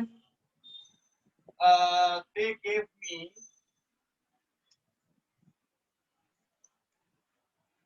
me, তারা আমাকে দিয়েছিল a warning concerning my rent. আচ্ছা, they gave me a warning, তারা আমাকে একটা ওয়ার্নিং দিয়েছিল concerning my rent. আচ্ছা, রেন্ট পেমেন্ট লিখলে ভালো হয়, রেন্ট পেমেন্ট অর্থাৎ হচ্ছে তারা যে আমার কাছে ভাড়া টাকাটা পেত, ভাড়া টাকার ব্যাপারে তারা আমাকে হচ্ছে আমাকে একটা ওয়ার্নিং দিয়েছিল। they gave me a warning concerning my rent payment, অর্থাৎ আমার রেন্ট পেমেন্ট নিয়ে তারা আমাকে একটি রেন্ট পেমেন্টের ব্যাপারে তারা আমাকে একটি ওয়ার্নিং দিয়েছিল। তাহলে এখানে আসেন, এই কনসার্নিংটা কোন পার্ট অফ স্পিচ যদি পরীক্ষায় আসে, কনসার্নিংটা আমরা কোন পার্ট অফ স্পিচ বলবো, অবশ্যই এটাকে আমরা বলবো হচ্ছে প্রিপোজিশন। যদিও বা এই প্রিপোজিশনের নাম হচ্ছে পার্টিসিপল প্রিপোজিশন, এগুলো আমরা পরে বলবো, ওগুলো আলোচনা পরে, আগে জাস্ট দেখাই আসি কথাগুলো। আমরা এগুলো কেন প্রিপোজিশন তার ব্যাখ্যাটা ক্লাসের লাস্টে গিয়ে দিব। তাহলে they gave me a warning concerning my rent payment এর অর্থ হচ্ছে আমার রেন্ট পেমেন্টের ব্যাপারে তারা আমাকে একটি ওয়ার্নিং দিয়েছিল। আচ্ছা, এবার যেমন আসেন কনসিডারিং দিয়ে একটা উদাহরণ দিয়ে খেয়াল করেন। বললাম কনসিডারিং ইয়োর হেলথ কন্ডিশন, কি বললাম? কনসিডারিং ইয়োর হেলথ কন্ডিশন অর্থাৎ তোমার স্বাস্থ্যের বিবেচনায় বললাম হচ্ছে ইউ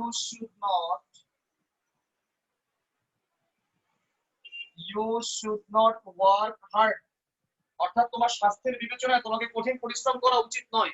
এই যে বাক্যে কনসিডারিং, এটা হচ্ছে কি প্রেপোজিশন, এবং এই প্রেপোজিশনকে বলা হয় পার্টিসিপল প্রেপোজিশন, সেগুলো আমরা লাস্টে গিয়ে দেখবো। এই প্রেপোজিশন গুলোকে আমরা বলবো হচ্ছে পার্টিসিপল প্রেপোজিশন।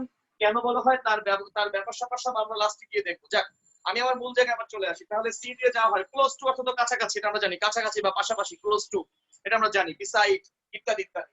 আচ্ছা, তাহলে কনসার্নিং এর অর্থ হচ্ছে ব্যাপারে অর্থে, আর কনসিডারিং এর অর্থ হচ্ছে বিবেচনার অর্থে ব্যবহৃত হয়ে থাকে। ক্লিয়ার আমরা? ওকে, এবারে আসেন ডি দিয়ে কি হয়। ডি আসেন ডি দিয়ে খুব ইজি, লেখেন হচ্ছে ডাউন। এবার লেখেন হচ্ছে ডেসপাইট। ডেসপাইট এটা একটা প্রেপোজিশন, যদিও এর আরেকটা নাম আছে ডিসপাইট অফ, ওটা তো আই দিয়ে, ওটা আই এর সময় চলে আসবে। ওকে, এবার আছে during, due to, during, due to. Due to অর্থ কি বলেন? কারণে, কারণে, কারণে। Due to the rain, due to rain অর্থাৎ বৃষ্টির কারণে খেলা পোস্টপোন হয়ে গেছে, ডিউ টু কারণে। ডিউরিং অর্থ সময়, ডিসপাইট অর্থ সত্ত্বেও, ডাউন অর্থ নিচে। এই চারটাই আমাদের কাছে পরিচিত, এই চারটা একটা আমাদের কাছে মানে কমন আনকমন না, চারটাই আমাদের কাছে কমন। কথা কি বুঝতে পেরেছি? এবার আসি কি দিয়ে শেষ। আসেন কি দিয়ে লেখেন হচ্ছে এক্সেপ্ট, লেখেন হচ্ছে এক্সক্লুডিং। এক্সক্লুডিং, দেখো এক্সক্লুডিং এটা একটা প্রেপোজিশন, এক্সক্লুডিং প্রেপোজিশন। এক্সেপ্টের জায়গায় আবার লেখেন এক্সেপ্টিং, একই কথা। এক্সেপ্ট অর্থ ছাড়া, এক্সেপ্টিং একই কথা। আর এক্সক্লুডিং এটাও একটা প্রেপোজিশন। এক্সক্লুডিং অর্থ কি বলেন? বাইরে, ছাড়া। এক্সক্লুডিং এর বাইরে, অর্থাৎ আমাকে ছাড়া এই বাসায় 50 জন লোক আছে, এক্সক্লুডিং মি। বলে না আমাকে ছাড়া এই বাসায় 50 জন লোক আছে, এই বাসে ড্রাইভার ছাড়া আরো 43 জন যাত্রী আছে, এক্সক্লুডিং দ্য ড্রাইভার। এক্সক্লুডিং অর্থাৎ এক্সক্লুডিং মানে হচ্ছে ছাড়া, কাউকে ছাড়া কিছু, কোনো কিছু, অর্থাৎ এক্সক্লুডিং ড্রাইভার, ড্রাইভার ছাড়া the bus carries 50 passengers, the bus carries 50 passengers অর্থাৎ ড্রাইভার ছাড়া বাসটি হচ্ছে 50 জন প্যাসেঞ্জার বহন করছে, তার মানে হচ্ছে এক্সক্লুডিং অর্থ ছাড়া। ওকে, এটা আমরা মোটামুটি জানি, এটা নিয়ে আলোচনা করার খুব একটা দরকার আছে বলে মনে হয় না। ওকে, এবার আসেন এফ দিয়ে। এফ দিয়ে কি কি আছে দেখে আসি। লেখি হচ্ছে এফ, এফ এর কি হচ্ছে ফর, খুবই কমন, সবসময় ব্যবহার করি আমরা, সবচেয়ে সর্বদাই ব্যবহার করি। ফ্রম, সর্বদাই আমরা ব্যবহার করি। লেখেন হচ্ছে ফলোইং, ফলোইং এটা আমরা ব্যবহার করি প্রায়। ফলোইং এটা একটা প্রেপোজিশন। এই যে আইএনজি যুক্ত যেগুলো আইএনজি যুক্ত হচ্ছে, এক্সক্লুডিং, ফলোইং, যে আইএনজি যুক্ত যেগুলো হচ্ছে এগুলো সবাই গোল্লা গোল্লা করে রাখবেন, কারণ আছে। ফলোইং এর অর্থ সাধারণত হচ্ছে পরে। দেখেন ফলোইং এর অর্থ সাধারণত পরে, কোনো কিছুর পরে, এটা হচ্ছে ফলোইং এর অর্থ দেয়। যেমন আপনি বলতে পারেন ফলোইং দ্য ডিনার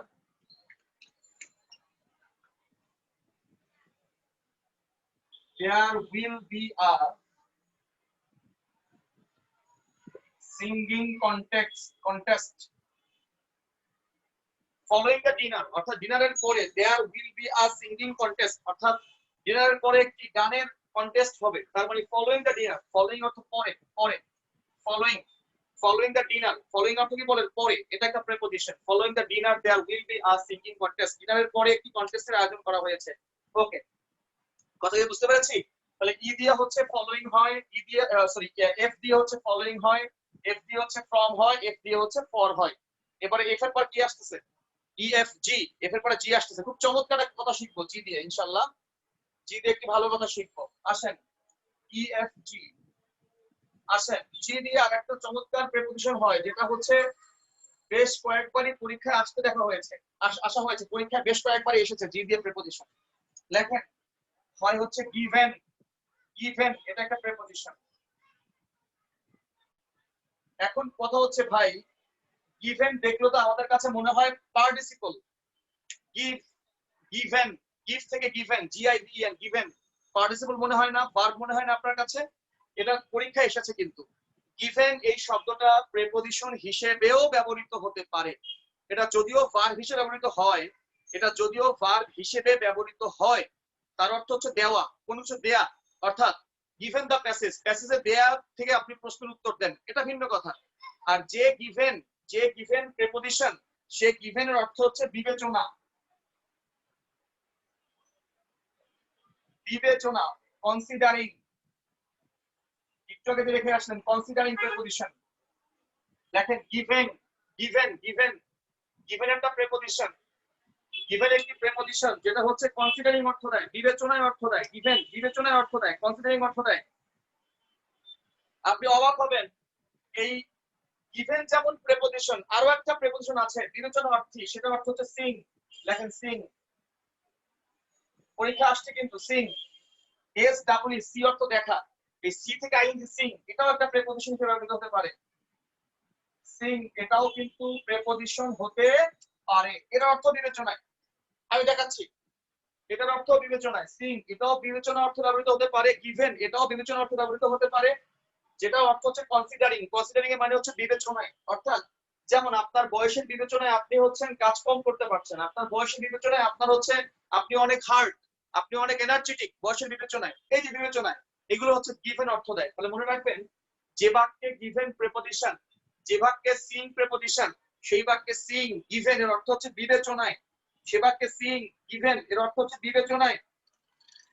যেমন আপনি বলতে পারেন given his age, তার বয়সের বিবেচনা নয়, he is remarkably active, অর্থাৎ তার বয়সের বিবেচনায় সে প্রচন্ড অ্যাক্টিভ। তার বয়সের বিবেচনায় given his age, he is remarkably active, এর অর্থ হচ্ছে বয়সের বিবেচনায় সে অনেক অ্যাক্টিভ। এই বাক্যে given হচ্ছে প্রেপোজিশন। কথা বুঝছেন না বোঝেন নাই? এই বাক্যে given অর্থ কি দেওয়া? কথা বল, এই বাক্যে given অর্থ কি দেয়া না। এই একই বাক্যে আপনি লিখতে পারেন seeing his age, আহা কি মজা, seeing his age, তার বয়সের বিবেচনায় he is remarkably active, সে অনেক অ্যাক্টিভ। তাহলে মনে রাখবেন, সিং এই কথাটা যদি বিবেচনা অর্থ দেয়, সে বাক্যে সিং এবং গিভেন এটা হচ্ছে প্রেপোজিশনের অর্থ দেয়।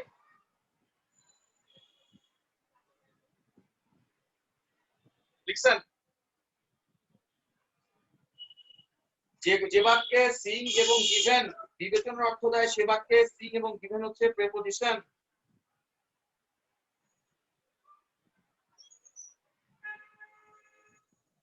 আচ্ছা, ওকে।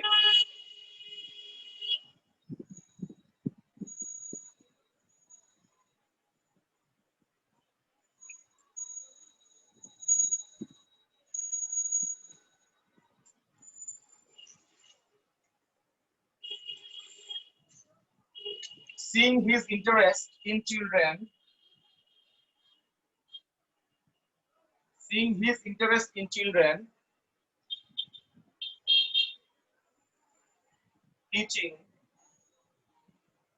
will be the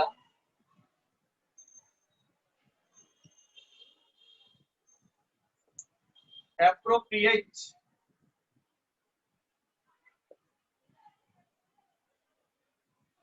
for him. Seeing his interest in children, অর্থাৎ বাচ্চাদের প্রতি তার যে মানে আকর্ষণ, বাচ্চাদের প্রতি তার যে ইন্টারেস্ট, এটা থেকে বোঝা যায়। অর্থাৎ বাচ্চাদের প্রতি তার আকর্ষণের বিবেচনায়, বাচ্চাদের প্রতি তার ইন্টারেস্টের বিবেচনায় teaching will be the appropriate job for him, অর্থাৎ টিচিং এ হচ্ছে তার জন্য সবথেকে অ্যাপ্রোপ্রিয়েট জব। তাহলে খেয়াল করেন, এই বাক্যে সিং, এই বাক্যে সিং যদি বলা হয় কোন পার্ট অফ স্পিচ, আপনি কিন্তু অনেকে এটাকে দিয়ে আসবেন, কেউ দিবেন হচ্ছে জেরান, কেউ দিবেন নাউন, কেউ দিবেন ভার্ব, বিভিন্ন জিনিস দিবেন। এটাকে আপনি বলবেন এটা হচ্ছে পার্টিসিপল প্রেপোজিশন। লিখে রাখেন, এটাকে বলা হয় পার্টিসিপল প্রেপোজিশন। লেখেন, এটাকে বলা হয় পার্টিসিপল প্রেপোজিশন। আচ্ছা, পার্টিসিপল প্রেপোজিশন সম্পর্কে আলোচনা আমরা লাস্টে করব, সমস্যা নেই। আগে লেখেন, এটা দেখে আসেন, পার্টিসিপল প্রেপোজিশন সম্পর্কে আলোচনা আমরা করব, সমস্যা নেই। ওকে, তাহলে সিং এটা প্রেপোজিশন হতে পারে, অর্থ হচ্ছে বিবেচনায়। গিভেন এটাও প্রেপোজিশন হতে পারে, অর্থ হচ্ছে কি বলি ভাই, বিবেচনা। এবার আসেন, আই দিয়ে কি হয়, আই দিয়ে অনেক হয়, অনেক লিখে শেষ করা যাবে না। আই দিয়ে অনেক হয়, লিখে শেষ করা যাবে না। তবে পরীক্ষায় যেগুলো আসবে, যেগুলো পরীক্ষা আসার মতো, সেগুলো হচ্ছে আমরা একটু দেখার চেষ্টা করি। যেমন আসেন ইনটু, এটা তো আমাদের কাছে খুবই কমন। ইন, এটা আমাদের কাছে খুবই কমন। ইনসাইড, এটাও আমাদের কাছে কমন। ইনক্লুডিং, ইনক্লুডিং স্টার দিয়ে রাখেন, ওই যে আইএনজি আছে, ইনক্লুডিং। হ্যাঁ, এস দিয়ে পাই নাই, লেখো ইনক্লুডিং। সব দিয়ে কি পাইতে হবে? একটু কথা কয় না। আচ্ছা, এবার লেখো ইনস্টিড অফ।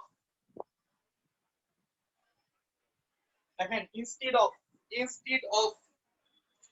এবার লেখেন in spite of.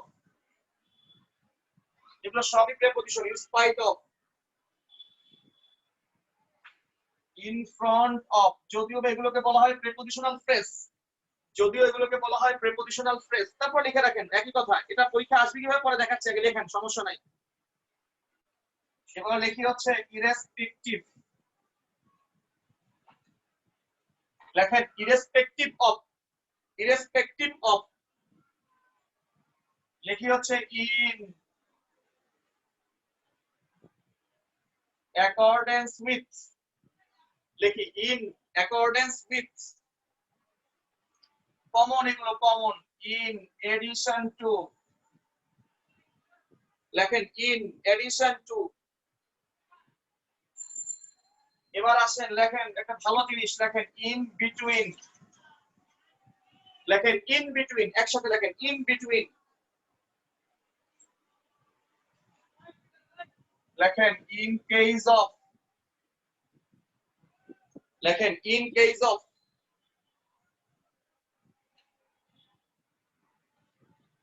In comparison two, in comparison to, in comparison to। লিখি হচ্ছে in consequence of, লেখেন in consequence of। লিখি in course of।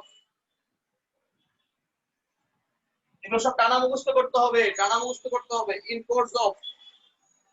লিখি হচ্ছে in favor of,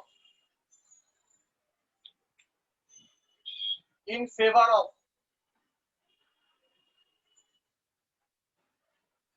লেখেন হচ্ছে in the face of, in the face of। খুব চমৎকার একটা কথা, in the face of, in the face of, in the face of, in favor of, in the face of। in lieu of, এটা আমাদের কাছে common. in lieu of, in place of, লেখেন in place of। এগুলো সব হচ্ছে prepositional phrase. in place of। আচ্ছা, এখানে দেখি হচ্ছে in quest of, QUEST, quest of, in quest of। Last লেখেন in the event of, এখানে লেখেন in the event of, দেখেন in the event of। এখন আসলে এগুলো লিখলাম কেন? পরীক্ষায় দেখেন এই পর্যন্ত মোটামুটি হচ্ছে নরমাল প্রিপজিশন, এগুলো যা সবই হচ্ছে প্রিপজিশনাল ফ্রেজ। এখন আপনি কেন খেয়াল করেন পরীক্ষায় কিভাবে, ধরেন ইন কোর্সের পরে একটা গ্যাপ দিয়ে একটা নাউন বলা হলো, কথা কি বুঝতে পেরেছেন? অথবা বলা হলো in the face dash my order, in the face dash my order. এখন আপনি পরীক্ষা প্রিপজিশন বসান, আপনি কোন প্রিপজিশন বসাবেন? আপনি জানতে হবে ইন দা ফেস এর পরে কি বসে এবং তার অর্থ কি। মনে রাখবেন ইন দা ফেস অফ এর অর্থ হচ্ছে সত্ত্বেও, লিখে রাখেন। ইন দা ফেস অফ এর অর্থ হচ্ছে সত্ত্বেও। ইন দা ফেস অফ আর হচ্ছে ইন স্পাইট অফ একই কথা।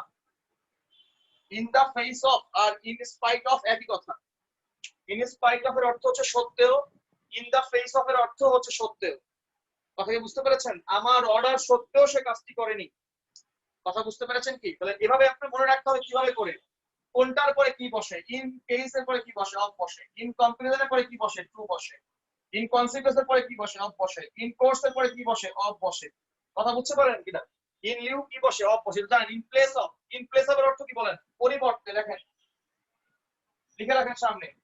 ইন প্লেস অফ এর অর্থ হচ্ছে পরিবর্তে, পরিবর্তে। যেমন তুমি হচ্ছে স্যামসাং ফোন কেনার পরিবর্তে তুমি হচ্ছে ওপ্পো ফোন কিনতে পারো, কথা কথা বললাম। তাহলে হবে কি in place of Samsung you can buy, you can purchase Oppo in place of Samsung। অর্থাৎ স্যামসাং এর জায়গায়, স্যামসাং এর পরিবর্তে তুমি হচ্ছে Oppo কিনতে পারো, কথা কথা বললাম। তাহলে ইন প্লেস অফ এর অর্থ হচ্ছে কি বলি ভাই, পরিবর্তে। যেমন আসেন irrespective of, irrespective of, irrespective এর অর্থ কি লেখেন, দেখেন নির্বিশেষে, আল্লাহ এত শব্দ, লেখেন নির্বিশেষে, লেখেন নির্বিশেষে। নির্বিশেষে মানে কি বুঝেন না? বলুন না, ছেলে মেয়ে নির্বিশেষে সবাই হচ্ছে এই ঘটনার আওতা, এই আওতার মধ্যে আছে। ছেলে মেয়ে নির্বিশেষে সবাই এই ঘটনার আওতায়। ইরেসপেক্টিভ অফ এর অর্থ হচ্ছে নির্বিশেষে, ইরেসপেক্টিভ অফ এর অর্থ হচ্ছে নির্বিশেষে। একটা ভালো জিনিস খেয়াল করেন, ইন কোর্স অফ আছে না, in course of, in course of time এর অর্থ কি দেখেন, ইন কোর্স অফ টাইম যদি আসে, ইন কোর্স অফ টাইম এর অর্থ হচ্ছে ভবিষ্যতে, লিখে রাখেন ভবিষ্যতে। দেখেন ইন কোর্স অফ টাইম এর অর্থ হচ্ছে ভবিষ্যতে, ইন কোর্স অফ টাইম এর অর্থ হচ্ছে ভবিষ্যতে। সবকিছু আসবে কিন্তু পরীক্ষা এগুলো। ইন কোর্স অফ টাইম এর অর্থ ভবিষ্যতে। যেমন লেখেন in course of time you will suffer, in course of time you will suffer এর অর্থ হচ্ছে ভবিষ্যতে তুমি হচ্ছে ভুগবে, ভবিষ্যতে তুমি সাফার করবে। In course of time you will suffer এর অর্থ হচ্ছে ভবিষ্যতে তুমি ভুগবে, ভবিষ্যতে তুমি ভুগবে বা ভবিষ্যতে তুমি সাফার করবে। কথা কি বুঝতে পেরেছি আমরা? আচ্ছা, আর কি আসতে পারে? আচ্ছা, ইন ইভেন্ট অফ লেখেন, ইন দা ইভেন্ট অফ লেখেন কোনো কিছু হলে,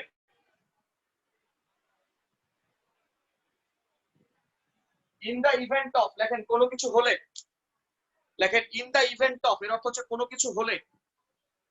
যেমন in the event of his death, in the event of his death অর্থাৎ তার মৃত্যু হলে, his brother will get the property. In the event of his death লিখে রাখেন, আমি লিখতে পারছি না, পুরো লিখে ফেলছি তো এই জন্য আমি বুঝতেছি না। লেখেন in the event of his death, তার মৃত্যু হলে, his brother will get all his property অর্থাৎ তার সকল প্রপার্টি তার ভাই পেয়ে যাবে। ইন দা ইভেন্ট অফ এর অর্থ হচ্ছে কোনো কিছু হলে, কোনো কিছু হলে, কোনো কিছু হলে। ইন দা ইভেন্ট অফ কোনো কিছু হলে,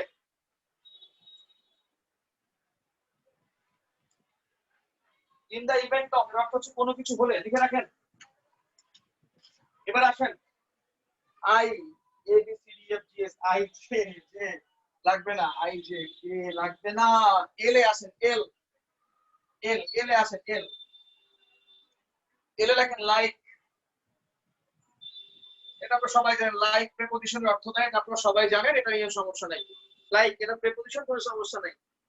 এবার আসেন এম, এম দিয়ে আসেন, যেমন লেখেন মাইনাস, মাইনাস এম দিয়ে আসেন, মাইনাস এটা একটা প্রিপজিশন, লেখেন মাইনাস এটা একটা প্রিপজিশন।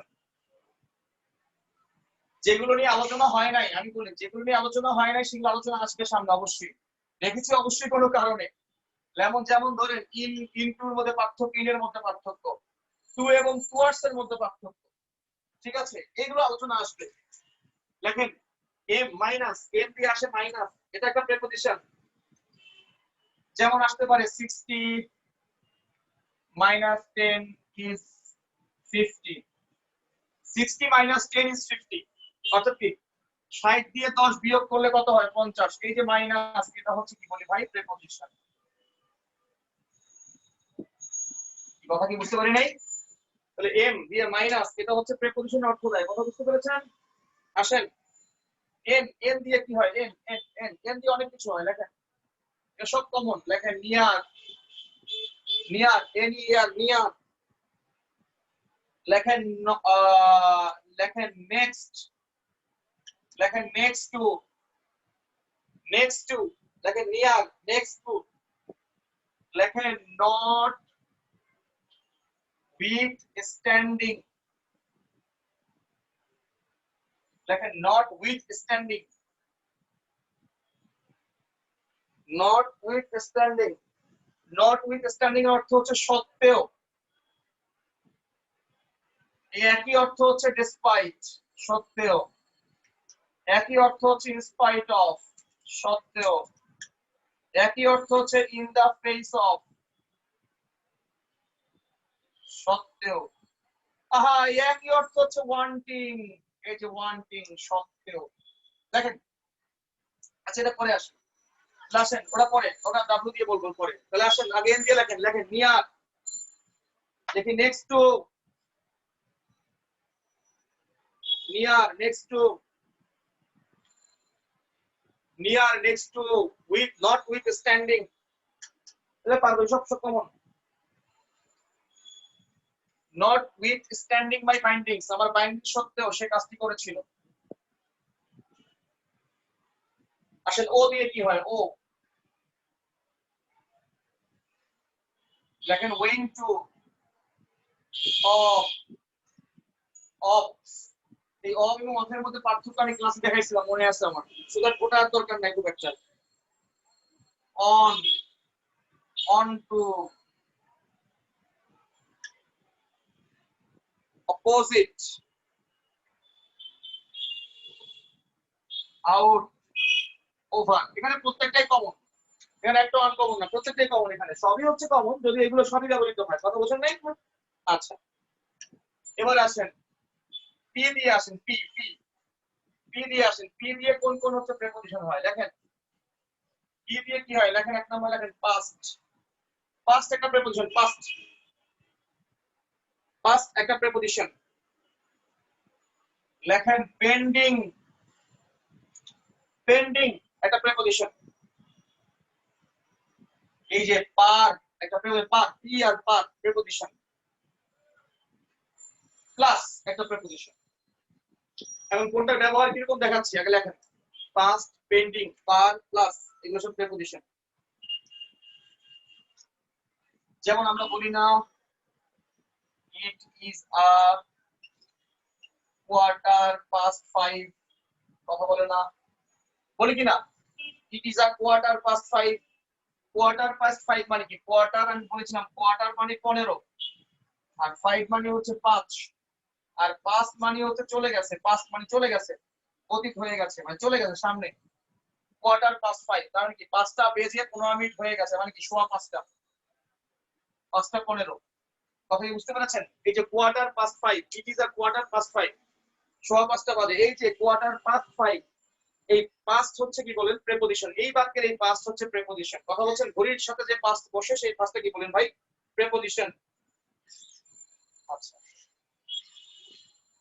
বলে না গাড়িটা হচ্ছে 60 কিলোমিটার পার আওয়ারে চলেছে, গাড়িটা হচ্ছে 60 কিলোমিটার পার আওয়ারে চলেছে, 60 কিলোমিটার পার আওয়ার, গাড়িটা 60 কিলোমিটার পার আওয়ারে চলেছে, বলে কিনা এই পার হচ্ছে প্রেপোজিশন। এই পার কি বলি ভাই, প্রেপোজিশন, পার আওয়ার। ঠিক আছে, ওকে। প্লাস যেমন হচ্ছে 5 প্লাস 5 is 10, 5 যোগ 5 ইকুয়াল কত, 10 হয়। এই যে প্লাস, এই প্লাস হচ্ছে কি বলি ভাই, প্রেপোজিশন। ওকে, আর পেন্ডিং কি খেয়াল করেন, পেন্ডিংটা কি খেয়াল করেন, লেখেন flights were suspended,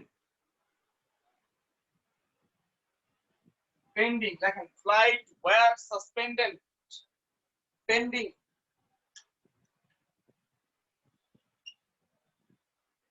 a further notice, অর্থাৎ পরবর্তী নোটিশ হওয়ার আগ পর্যন্ত, কোনো কিছু হওয়ার আগ পর্যন্ত। খেয়াল করেন, পেন্ডিং এর অর্থ হচ্ছে যখন পেন্ডিং, যখন প্রেপোজিশন হয় তখন পেন্ডিং এর অর্থ হচ্ছে কোনো কিছু হওয়ার পূর্ব পর্যন্ত। Flight were suspended, flight was suspended ছিল, pending a further notice, F U R fur, F A R farther না, কিন্তু এফ এ আর ফার্দার মানে দূরবর্তী, আর এফ ইউ আর ফার্দার মানে অতিরিক্ত, অন্য কোনো। এ ফার্দার নোটিস, অতিরিক্ত নোটিশ আসার আগ পর্যন্ত বা অন্য কোনো নোটিশ আসার আগ পর্যন্ত ফ্লাইট গুলো সাসপেন্ডেড ছিল।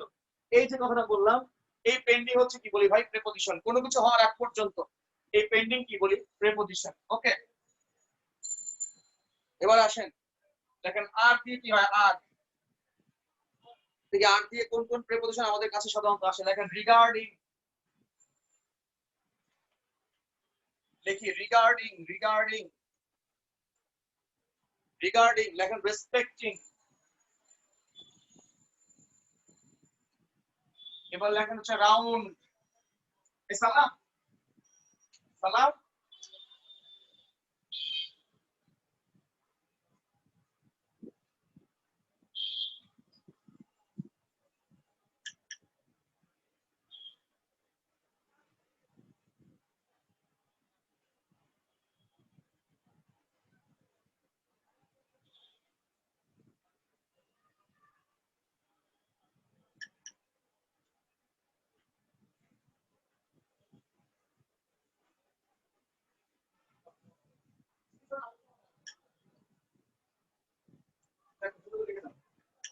ওকে, তাহলে লেখা হচ্ছে রিগার্ডিং, রেসপেক্টিং, রাউন্ড।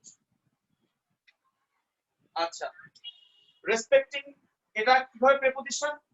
রেসপেক্টিং এর অর্থ হচ্ছে সম্পর্কে, কনসার্নিং। কনসার্নিং, যদি রেসপেক্টিং এর অর্থ হয় কনসার্নিং, তবে সেই রেসপেক্টিংটা হচ্ছে কি বলি ভাই? প্রিপজিশন। সম্পর্কে, কনসার্নিং, সেটা হচ্ছে প্রিপজিশন। কথা কি বুঝতে পেরেছেন? আচ্ছা, রিগার্ডিং এর অর্থ হচ্ছে ব্যাপারে, কোনো কিছুর ব্যাপারে। রিগার্ডিং, রেসপেক্টিং একই কথা। রিগার্ডিং, রেসপেক্টিং, কোনো কিছু সম্পর্কে, কোনো কিছুর ব্যাপারে। এগুলো সব এগুলো আসবে কোথায়? স্টার দিয়ে রাখেন। এই যে রিগার্ডিং, রেসপেক্টিং, স্টার দেন। কেন এগুলো পরে একটু করে আসতেছে এই কথাগুলো, এই কথাগুলো একটু করে যাবো আমি, ওখানে যাচ্ছি আমি। ওকে, এবারে আসেন এস দিয়ে। এস, আচ্ছা যদিও বা প্রিপজিশনের ক্লাস তো একটু বোরিং ক্লাস হয়, প্রিপজিশনের ক্লাস একটু বোরিং হয়, কারণ সত্যি কথা বলতে অত জমানো যায় না। যেমন আপনি নাউন, প্রোনাউন, অ্যাডজেক্টিভ জমাবেন, ওই জমানোটা, অথবা ফ্রেজের ক্লাস আসলে একটু জমে, কারণ দেখা যাচ্ছে ওখানে কিছু নতুনত্ব আসে বা মুখসমত আসে, এখানে অনেক নতুনত্ব আসে না, একটু সমস্যা হয়ে যায়। তারপরে করেন, কারণ এগুলো পরীক্ষায় আসে কিন্তু, এবং এগুলো পরীক্ষা খুব দরকার। আসেন এস দিয়ে। এস আমরা অনেক কিছু শিখবো এস দিয়ে। আসেন এস। এক নম্বর এখানে save, S A V, save. S A V, save. Save, S দিয়ে সেভ, এটা একটা প্রিপজিশন হতে পারে। আহা, লেখেন sans, S A N S, sans, S A N S, sans, এটা একটা প্রিপজিশন। লেখেন সেন্স, এটা তো জানি, সেন্স আমাদের কাছে খুব পরিচিত। সেন্স, এটা প্রিপজিশন। আচ্ছা, সেভ এবং শান্স এর অর্থ কি? লেখেন সেভ, শান্স এর অর্থ হচ্ছে ব্যতীত। মনে আছে আরো এক জায়গায় বলছিলাম ব্যতীত অর্থ, বলেন তো কোনটা? আমাকে ছাড়া, অর্থাৎ গ্রামের সকল ওল্ড ম্যান ব্যতীত সবাই চলে গেছে, মনে আছে? ব্যতীত আরেকটা জায়গায় পড়ছিলাম, মনে আছে কিনা? Exactly, bar. চমৎকার চমৎকার, এই ওই বার না, বিএআর, বিএআর।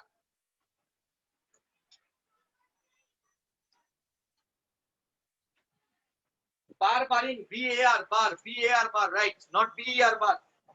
বিএআর বার, আরে আল্লাহ, বিএআর বার তো অন্য কথা হয়ে যাবে কিন্তু।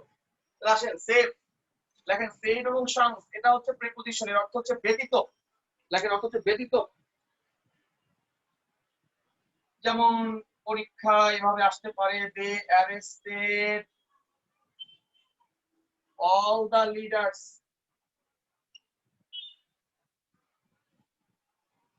শান্স ওয়ান, শান্স ওয়ান, এই যে শান্স, অর্থাৎ তারা একজন বাদে সকল লিডারকে অ্যারেস্ট করেছিল।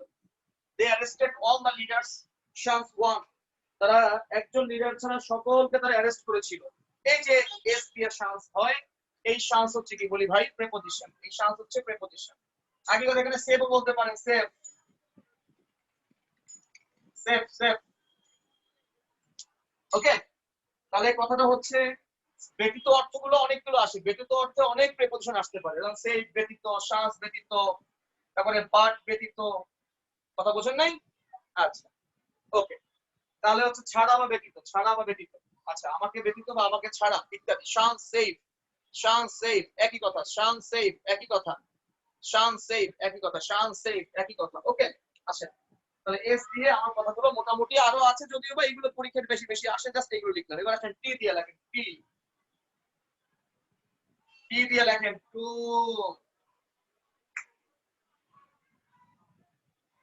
দেখেন টুয়ার্ড বা টুয়ার্ডস একই কথা।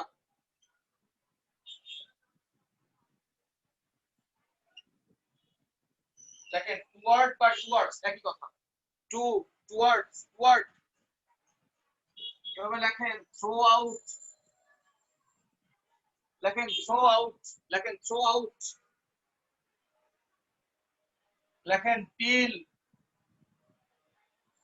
লেখো হচ্ছে টাইম, টিল, লেখেন টাইম না, লেখেন টাইমস, এটা ঠিক আছে, টাইমস, লেখেন টাইমস, এটাও প্রেপোজিশন হতে পারে, টাইমস হতে পারে, টাইমস এটা প্রেপোজিশন হতে পারে। আরেকটা হতে পারে চমৎকার, সেটা হচ্ছে টাচিং, টাচিং এটাও প্রেপোজিশন হতে পারে, লেখেন টাচিং, টাচিং এটাও প্রেপোজিশন হতে পারে, টাচিং, টাচিং। দেখেন তো টাচিং অর্থ প্রেপোজিশন কখন হয় খেয়াল করেন, লেখেন কোনো কিছু সম্পর্কে কোনো কিছু বলা, লেখেন, লেখেন টাচিং অর্থ কোনো কিছু সম্পর্কে কোনো কিছু বলাকে টাচিং বলা হয়, সেই টাচিং হচ্ছে প্রেপোজিশন, লিখে রাখি আগে। লেখেন কোনো কিছু সম্পর্কে কোনো কিছু বলা, টাচিং,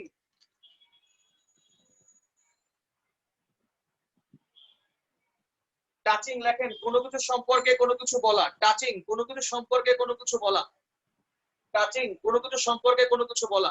যেমন উই ডিসকাসড, আমরা আলোচনা করেছিলাম, touching the beauty of the nature, অর্থাৎ নেচারের বিউটি সম্পর্কে আমরা আলোচনা করেছিলাম, উই ডিসকাসড। এই পরবর্তী ক্লাস তো 9টায়, এই ক্লাসটা তো হওয়ার কথা তো বলছি না, শেষ করে পারবো কিনা আল্লাহ জানে, পারবো না টাচিং মানে বিবেচনায়, টাচিং অর্থ বিবেচনায়, সরি টাচিং বিবেচনা কি বলি, মানে কোনো সম্পর্কে কোনো কিছু বলা, কথাই বুঝতে পারছি। তা কি বললাম, we discussed the touching, we discussed touching the beauty of the nature, we discussed touching the beauty, আপনি দেখছেন কিনা, we discussed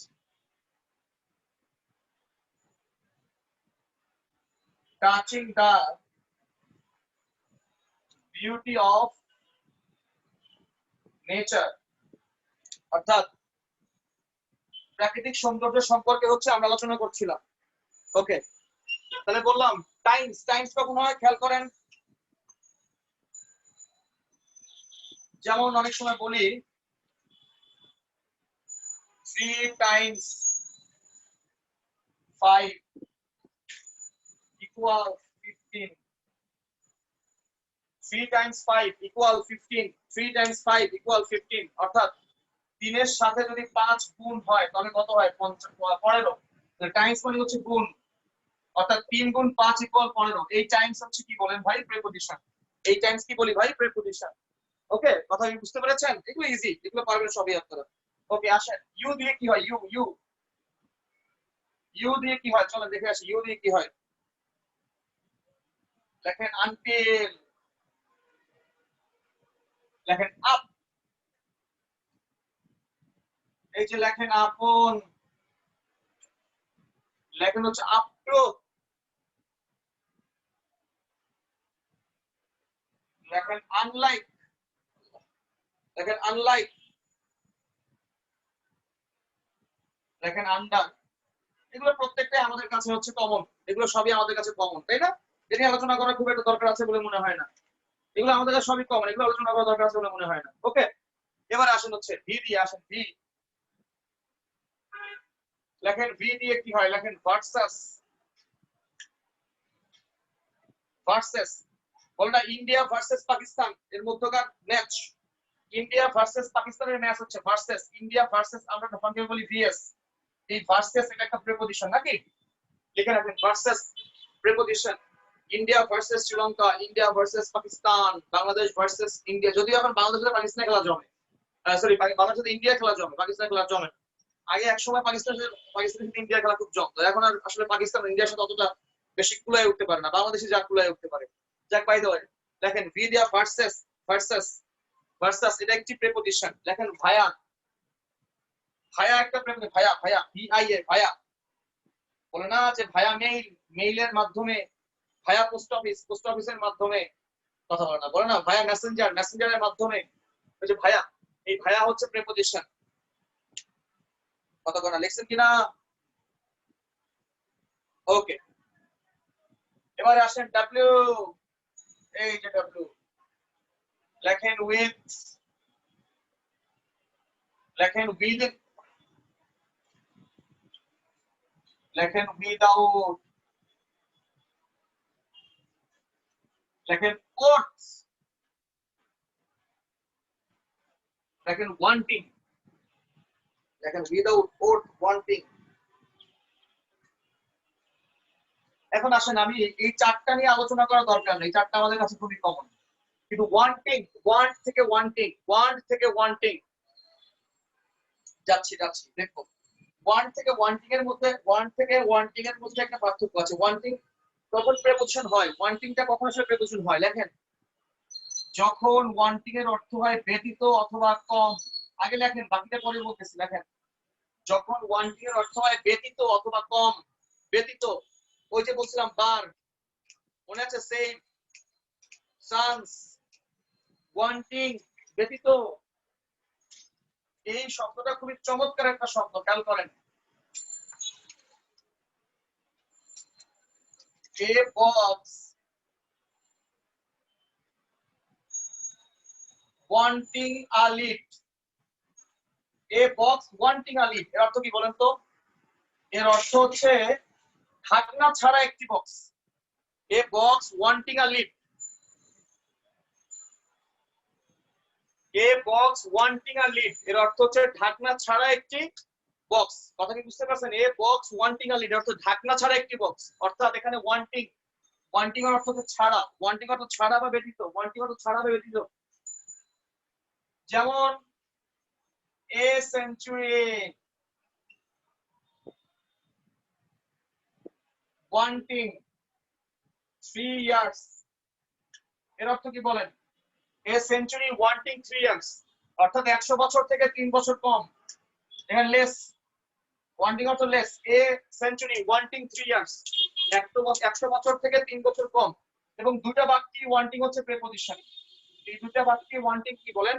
দুইটা বাক্যে ওয়ান্টিং হচ্ছে প্রেপোজিশন। আচ্ছা, আপনারা একটা কথা বলেন, ক্লাস নেওয়ার জন্য একটা মানসিকতার প্রয়োজন, একটা সুন্দর মানসিকতা থাকলে ক্লাস নিলে ভালো হয়। এখন এই যে আপনাদের ক্লাস নিচ্ছি না, এর আগে আমি আরো দুইটা ক্লাস নিছি, এই আপনারা 3 নম্বর ক্লাস চলতেছেন, তাহলে ভাই এতক্ষণ চিল্লায় পরবর্তী ক্লাসে ঢুকলে ওই ক্লাস থেকে আসলে অতটা বেশি গর্জিয়াস হয়? একটু তো রেস্ট নিতে হয়, একটু রেস্ট না নিয়ে ক্লাস নিলে অতটা গর্জিয়াস ক্লাস নেওয়া যায় না। অর্থাৎ অনেক কথা দেখবেন এই ওয়ান্টিং এক ক্লাসে বলছে, আরেক ক্লাস দেখবেন বলতে আমার মনে নাই, অথবা মাথা নাই বলার সময়। কথা কি বুঝতে পারছেন কিনা? সো এরকম অনেক সময় হচ্ছে, এরকম অনেক সময় হয় ভাই। দেখবেন একটা কথা আপনি একটা ক্লাসে বলেছেন, আরেকটা ক্লাসে গিয়ে দেখবেন কথাটা আপনার বলতে মনে নাই, কারণ হচ্ছে ওই যে তাড়াহুড়া করতেছে। কথা বুঝছেন কিনা? বা তাড়াহুড়া করতেছে। সো দ্যাট ভাই একটু ঝামেলা মাঝে মাঝে হয়, বুঝছেন? দেখবেন আমি এই প্রেপোজিশনের ক্লাস আমি কিন্তু মৌচাকেও নিছি। এই প্রেপোজিশনের ক্লাস হচ্ছে ফ্রাঙ্কেটও নেওয়া হয়েছে, নওগাঁ, তারপরে বগুড়া, গাইবান্ধায়, তারপর হচ্ছে নোয়াখালী, আপনাদের বরিশাল নেওয়া হয়েছে। বাট অনেক সময় অনেক কথা বলা হয়, অনেক সময় অনেক কথা বলা হয় না। কথা কি বুঝতে পেরেছেন আপনারা? সো ভাই যখন আসবে লিখে রাখবেন, দেখবেন এই কথা অনেক সময় বলা হয় না। তাহলে আসেন লেখেন a century wanting 3 years অর্থাৎ 100 বছর থেকে 3 বছর কম। আচ্ছা, আপনাদেরকে আমি একটা কোশ্চেন দিব, আপনারা সলভ করবেন, দেখি কে আগে সলভ করতে পারেন।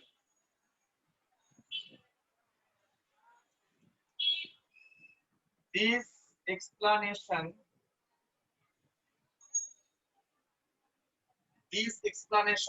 is wanting in many respects. কি বললাম? This explanation is wanting in many respects. আচ্ছা, প্রশ্ন হচ্ছে এই ওয়ান্টিং কোন পার্ট অফ স্পিচ? ঠান্ডা মাথায় বলবেন, এই ওয়ান্টিংটা কোন পার্ট অফ স্পিচ? সবাই লেখেন, লেখেন এই ওয়ান্টিংটা কোন part of speech? This explanation is wanting in many respects. লেখেন না সবাই, লেখেন। আপনাদের পরীক্ষা আসলো, is wanting, পারা তো যায়, is wanting।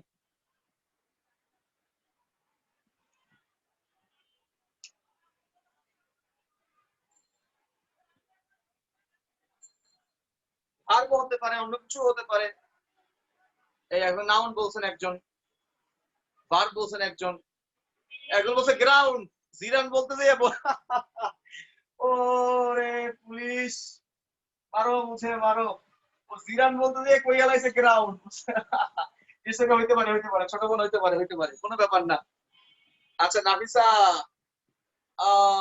ওদিকে মারামারি পাচ্ছে, বুঝছেন, আগের ব্যাচে ওদিকে আগের ব্যাচে ভাই তুমুল ঝামেলা হইতেছে, দাঁড়ান ভাই, আগের ব্যাচে বলতেছে ভাই ক্লাস করাবে না কেন, দাঁড়ান ভাই আমি একটু ওই ব্যাচে ঢুকে আই। সালাম, ও সালাম, এক কাম করো, ক্লাস আজকে তুমিই করো, ওই ব্যাচে লিংকটা তুমি তো ভাই আমি নিয়ে ভাই, তুই পড়াশোনা শুরু করো, বুঝছো? বুঝছো আইকন ক্লাসে শিট আছে না, আইকন ক্লাসে শিট দেখে নগদে পড়া শুরু করে দাও, আইকন শিট দেখে নগদে বললেন ওই নগদে করো। গোলাপান যদি কয় যে ভাই করাবে না কেন, গোলাপান কইতে থাক, কালকে ক্লাস করে হ্যাপি করে দিব, সমস্যা আঙ্কু আঙ্কু স্যার কবে এগুলো বলবে, সমস্যা নেই, কালকে ক্লাস 3 ঘন্টা করলেই ঠিক হয়ে যাবে, সমস্যা নেই। বলবা দেখো যারা ক্লাস করতে পারে তাদের ক্লাস রেকর্ডিং দেবো না, ক্লাস করতে না পারলে ক্লাস রেকর্ডিং দেবো, এই ক্লাস শেষ করতে হবে ভাই, এদের তো ক্লাস বাকি আছে এখন। দেখেন this explanation is wanting in many respects. এই বাক্যে ওয়ান্টিং কোন পার্ট অফ দিস? আসেন, এই বাক্যে ওয়ান্টিং হচ্ছে অ্যাডজেক্টিভ। কারা কারা অ্যাডজেক্টিভ বলছিলেন? এই বাক্যে ওয়ান্টিংটা হচ্ছে অ্যাডজেক্টিভ ভাইয়া, চমৎকার, গুরুত্ব ছিল, উচ্চার ছিল। ওকে, এই বাক্যে ওয়ান্টিং হচ্ছে অ্যাডজেক্টিভ। এখন প্রশ্ন হচ্ছে ভাই ওয়ান্টিং অ্যাডজেক্টিভ কেন? আপনারা বলবেন এই বাক্যে ওয়ান্টিং ইয়া না কেন, আগে বলেন ওয়ান্টিং প্রিপোজিশন না কেন, কেউ ব্যাখ্যা দিতে পারবেন? খুব চমৎকার ব্যাখ্যা, খুব ইজি ব্যাখ্যা, চমৎকার ব্যাখ্যা। এই বাক্যে ওয়ান্টিং কেন হচ্ছে প্রিপোজিশন না, আগে একটা ব্যাখ্যা দেন। এই বাক্যে ওয়ান্টিং কেন প্রিপোজিশন না তার ব্যাখ্যা হচ্ছে, আপনারা জানেন ব্যাখ্যাটা আমি আপনাদের মুখের কথাটা বলতেছি। প্রিপোজিশন হওয়ার জন্য প্রিপোজিশনের পরে নাউন লাগে অথবা নাউন ফ্রেজ লাগে। ইন মেনি রেসপেক্টস এটা কোনো দিক থেকেই নাউন ফ্রেজ না, এটা হচ্ছে অ্যাডভার্বিয়াল ফ্রেজ। তাহলে যেহেতু এটা অ্যাডভার্বিয়াল ফ্রেজ তার মানে এটা এখানে এটা প্রিপোজিশন না। ব্যাখ্যাটা বুঝছেন কিনা? ইন মেনি রেসপেক্টস আমরা ফ্রেজের ক্লাসে বলছিলাম যদি কোনো ফ্রেজের শুরুতে প্রিপোজিশন থাকে ওই ফ্রেজ বাক্যে হয় হবে অ্যাডভার্ব না হয় হবে অ্যাডজেক্টিভ। এখন দেখেন আগে তো কোনো নাউন নাই, তার মানে অ্যাডজেক্টিভ না, তার মানে অবশ্যই হচ্ছে অ্যাডভার্ব। তাহলে ইন মেনি রেসপেক্ট যেহেতু অ্যাডভার্বিয়াল ফ্রেজ বা অ্যাডভার্ব, তাহলে এটা কখনোই প্রিপোজিশন না। কথা কি আপনারা বুঝতে পেরেছেন? তাহলে এটা কি? কারণ আপনি বলেন অ্যাডভার্ব কে মডিফাই করে, বলেন অ্যাডভার্ব বা অ্যাডভার্ব ফ্রেজ কে মডিফাই করে? সব হিসাব অ্যাডভার্ব বা অ্যাডভার্ব ফ্রেজ কে মডিফাই করে হচ্ছে অ্যাডজেক্টিভ। এই একটা উত্তর, এই একটা উত্তর। আর একটা উত্তর আছে, কি উত্তর? ইজ হচ্ছে ভার্ব, বি ভার্ব, ইজ হচ্ছে বি ভার্ব অথবা টু বি ভার্ব, ইজ হচ্ছে বি ভার্ব অথবা টু বি ভার্ব। আমরা জানি বি ভার্বের পরে সর্বদাই বসে অ্যাডজেক্টিভ অথবা অ্যাডজেক্টিভ ফ্রেজ। দেখেন জানেন আপনারা বি ভার্বের পরে কি বসে বলেন? সর্বদা না, বি ভার্বের পরে কি বসে? বি ভার্বের পরে আমরা ক্লাসে বলছিলাম, এটা আমি অবশ্যই পড়াইছি, বি ভার্বের পরে কখন নাউন ফ্রেজ বসে, বি ভার্বের পরে কখন অ্যাডজেক্টিভ ফ্রেজ বসে, বি ভার্বের পরে কখন অ্যাডভার্ব। এই সালাম, ও সালাম,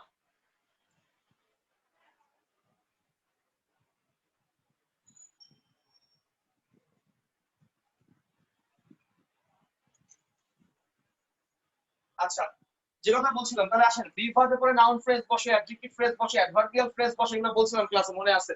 তাহলে আসেন এটাও বলতে পারেন ইজ হচ্ছে বি ভার্ব, এরপরে একটা অ্যাডজেক্টিভ অথবা অ্যাডজেক্টিভ ফ্রেজ বসছে, সেটাও আপনি বলতে পারেন। এবার আসেন এই বাক্যে ওয়ান্টিং এর অর্থ কি লেখেন।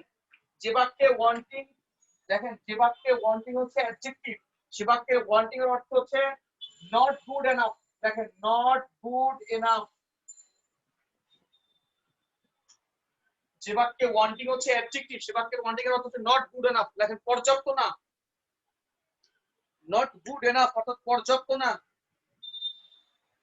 এই এক্সপ্লেনেশনটা তার এই ব্যাখ্যাটা অনেক দিক থেকেই পর্যাপ্ত না। কথাটা বোঝেন নাই? যে বাক্যের অর্থ হচ্ছে তার এই ব্যাখ্যাটা অনেক দিক থেকেই অথবা in many ways, in many ways অনেক দিক থেকেই এই তার ব্যাখ্যাটা পর্যাপ্ত না, অনেক দিক থেকেই তার এই ব্যাখ্যাটা পর্যাপ্ত না। কথা কি বুঝতে পেরেছেন? তার মানে এই বাক্যে ওয়ান্টিং এর অর্থ হচ্ছে অ্যাডজেক্টিভ, সরি এটা হচ্ছে অর্থ হচ্ছে not good enough. Not good enough এর অর্থ হচ্ছে অনেক মানে পর্যাপ্ত না, নট সাফিসিয়েন্ট। আপনি কি বুঝতে পারছেন আমার কথাগুলো? কথা কয় না, কথা বলেন, কথা কি বুঝতে পারছেন? তাহলে ওয়ান্টিং, ওয়ান্টিং এটা অ্যাডজেক্টিভ হয়, ওয়ান্টিং এটা প্রিপোজিশনও হয়। কথা কি বুঝতে পারছেন? ওকে, আমি জানি না আপনারা নতুন কিছু পাচ্ছেন কিনা class, I don't know, but এছাড়াও অনেক চমৎকার কথা ছিল, অনেক ভালো ভালো কথা ছিল, আরো আসবে হয়তো বা।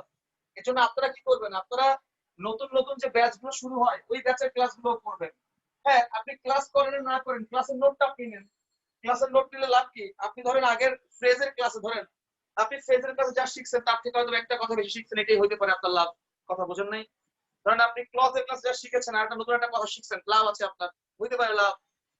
কথা বুঝতে পেরেছেন কিনা? সো দ্যাট এরকম কিছু কিছু জিনিস আসে বিভিন্ন সময়, দেখবেন ওই সময় দেখবেন লিখে রাখলে আপনার ভালো হয়।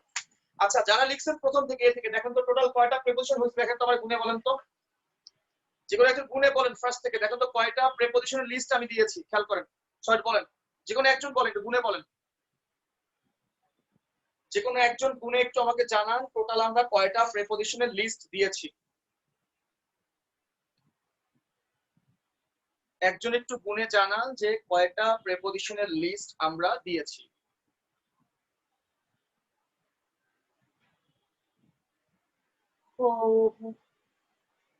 শুধু লিস্ট অফ প্রিপোজিশন কয়টা ছিল এটা দেখেন, এ থেকে ডাব্লিউ পর্যন্ত।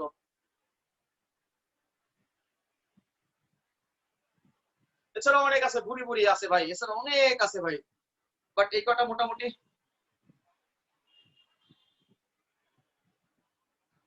পাবো পাবো ভাই, পাবেন কিনা ভাই দেখেন, আমি আজকে আপনাদের ক্লাস নিতে আসছি কি জানেন, দৌড়াদৌড়ি করে। ধরেন বাসায় ঢুকছি যখন, আরেকটা ক্লাস নিচ্ছি, শোনেন স্ট্যান্ড করছি কি জানেন, দেখেন আমি আপনাদেরকে দেখাই, শোনেন না দেখলে তো বুঝবেন না, দেখাই আপনাদের।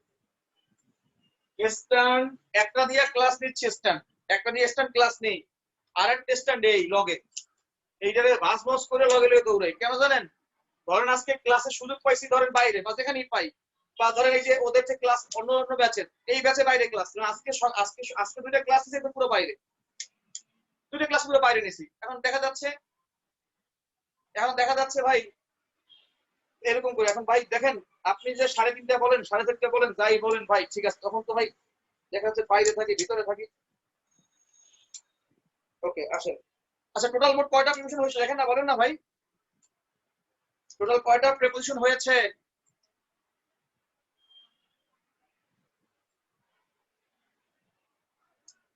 টোটাল কয়টা প্রিপোজিশন হয়েছে একটু বলেন একজন ভাই। 120টা। ওকে, হ্যাঁ 120। ওকে ওকে, তাহলে আসেন এবার সময় দেখেন, ওই যে লেখেন লেখেন পার্টিসিপল প্রিপোজিশন।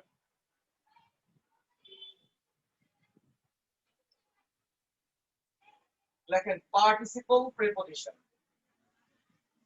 আপনারা অনেক জায়গায় শুনছেন মনে হয়, অনেকে বলেছেন, অনেক জায়গায় শুনেছেন এরকম করে, যে আপনারা কি শুনেছেন যে পার্টিসিপল কার কাজ কাজ করে বলেন? পার্টিসিপল কার কার কাজ করে? পার্টিসিপল কাজ করে হচ্ছে কি বলেন, অ্যাডজেক্টিভের কাজ করে নাকি?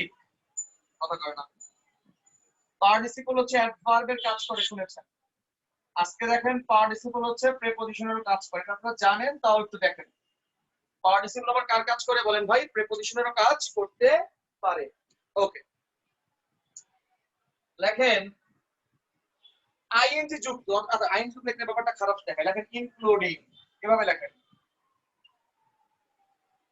লেখেন এক্সক্লুডিং, লেখেন সিইং, ইনক্লুডিং, এক্সক্লুডিং, সিইং, লেখেন কনসার্নিং, লেখেন হচ্ছে কনসার্নিং, লেখেন রিগার্ডিং, লেখেন রিগার্ডিং, লেখেন রেসপেক্টিং, লেখেন টাচিং। টাচিং মানে মনে আছে কি? টাচিং মানে সম্পর্কে, কোনো কিছু সম্পর্কে। টাচিং বিউটি অফ কি বলেন? Touching the beauty of nature, অর্থাৎ নেচারের সৌন্দর্য সম্পর্কে। লেখেন ফলোইং, লেখেন হচ্ছে ফলোইং, লেখেন কনসিডারিং, লেখেন কনসিডারিং। অথবা সব আইএনজি না? ING ING ING ING ING ING. শুধু আইএনজি থাকলেই যে হয় ব্যাপারটা এমন না। শুধু আইএনজি থাকলেই যে পার্টিসিপল প্রিপোজিশন হয় ব্যাপারটা এমন না। লেখেন গিভেন, গিভেন এটা কি আইএনজি আছে? না, এটা কিন্তু আইএনজি না, এটা হচ্ছে প্রেজেন্ট পার্টিসিপলের কাজ করতেছে, এটা হচ্ছে পাস্ট পার্টিসিপল। লেখেন গিভেন, লেখেন এদের পরে, লেখেন এদের পরে, লেখেন নাউন, নাউন ফ্রেজ বা জেরান্ড হলে, লেখেন এদের পরে, ঠিক আছে বলতেছি, লেখেন এদের পরে, হ্যাঁ হ্যাঁ চমৎকার, গুড, ভালো ভালো ভালো, সুন্দর কথা বলছো।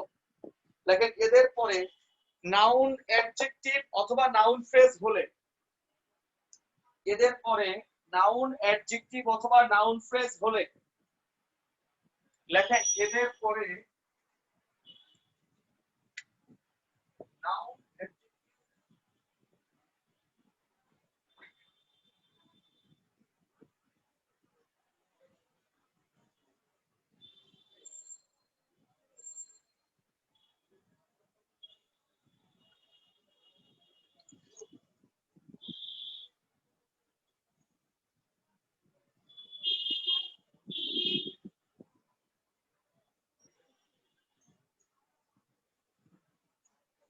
লেখেন এদের পরে নাউন প্রোনাউন নাউন জেরান্ড অথবা নাউন ফ্রেজ হলে লেখেন নাউন জেরান্ড অথবা নাউন ফ্রেজ হলে এদেরকে পার্টিসিপল প্রিপোজিশন বলা হয়।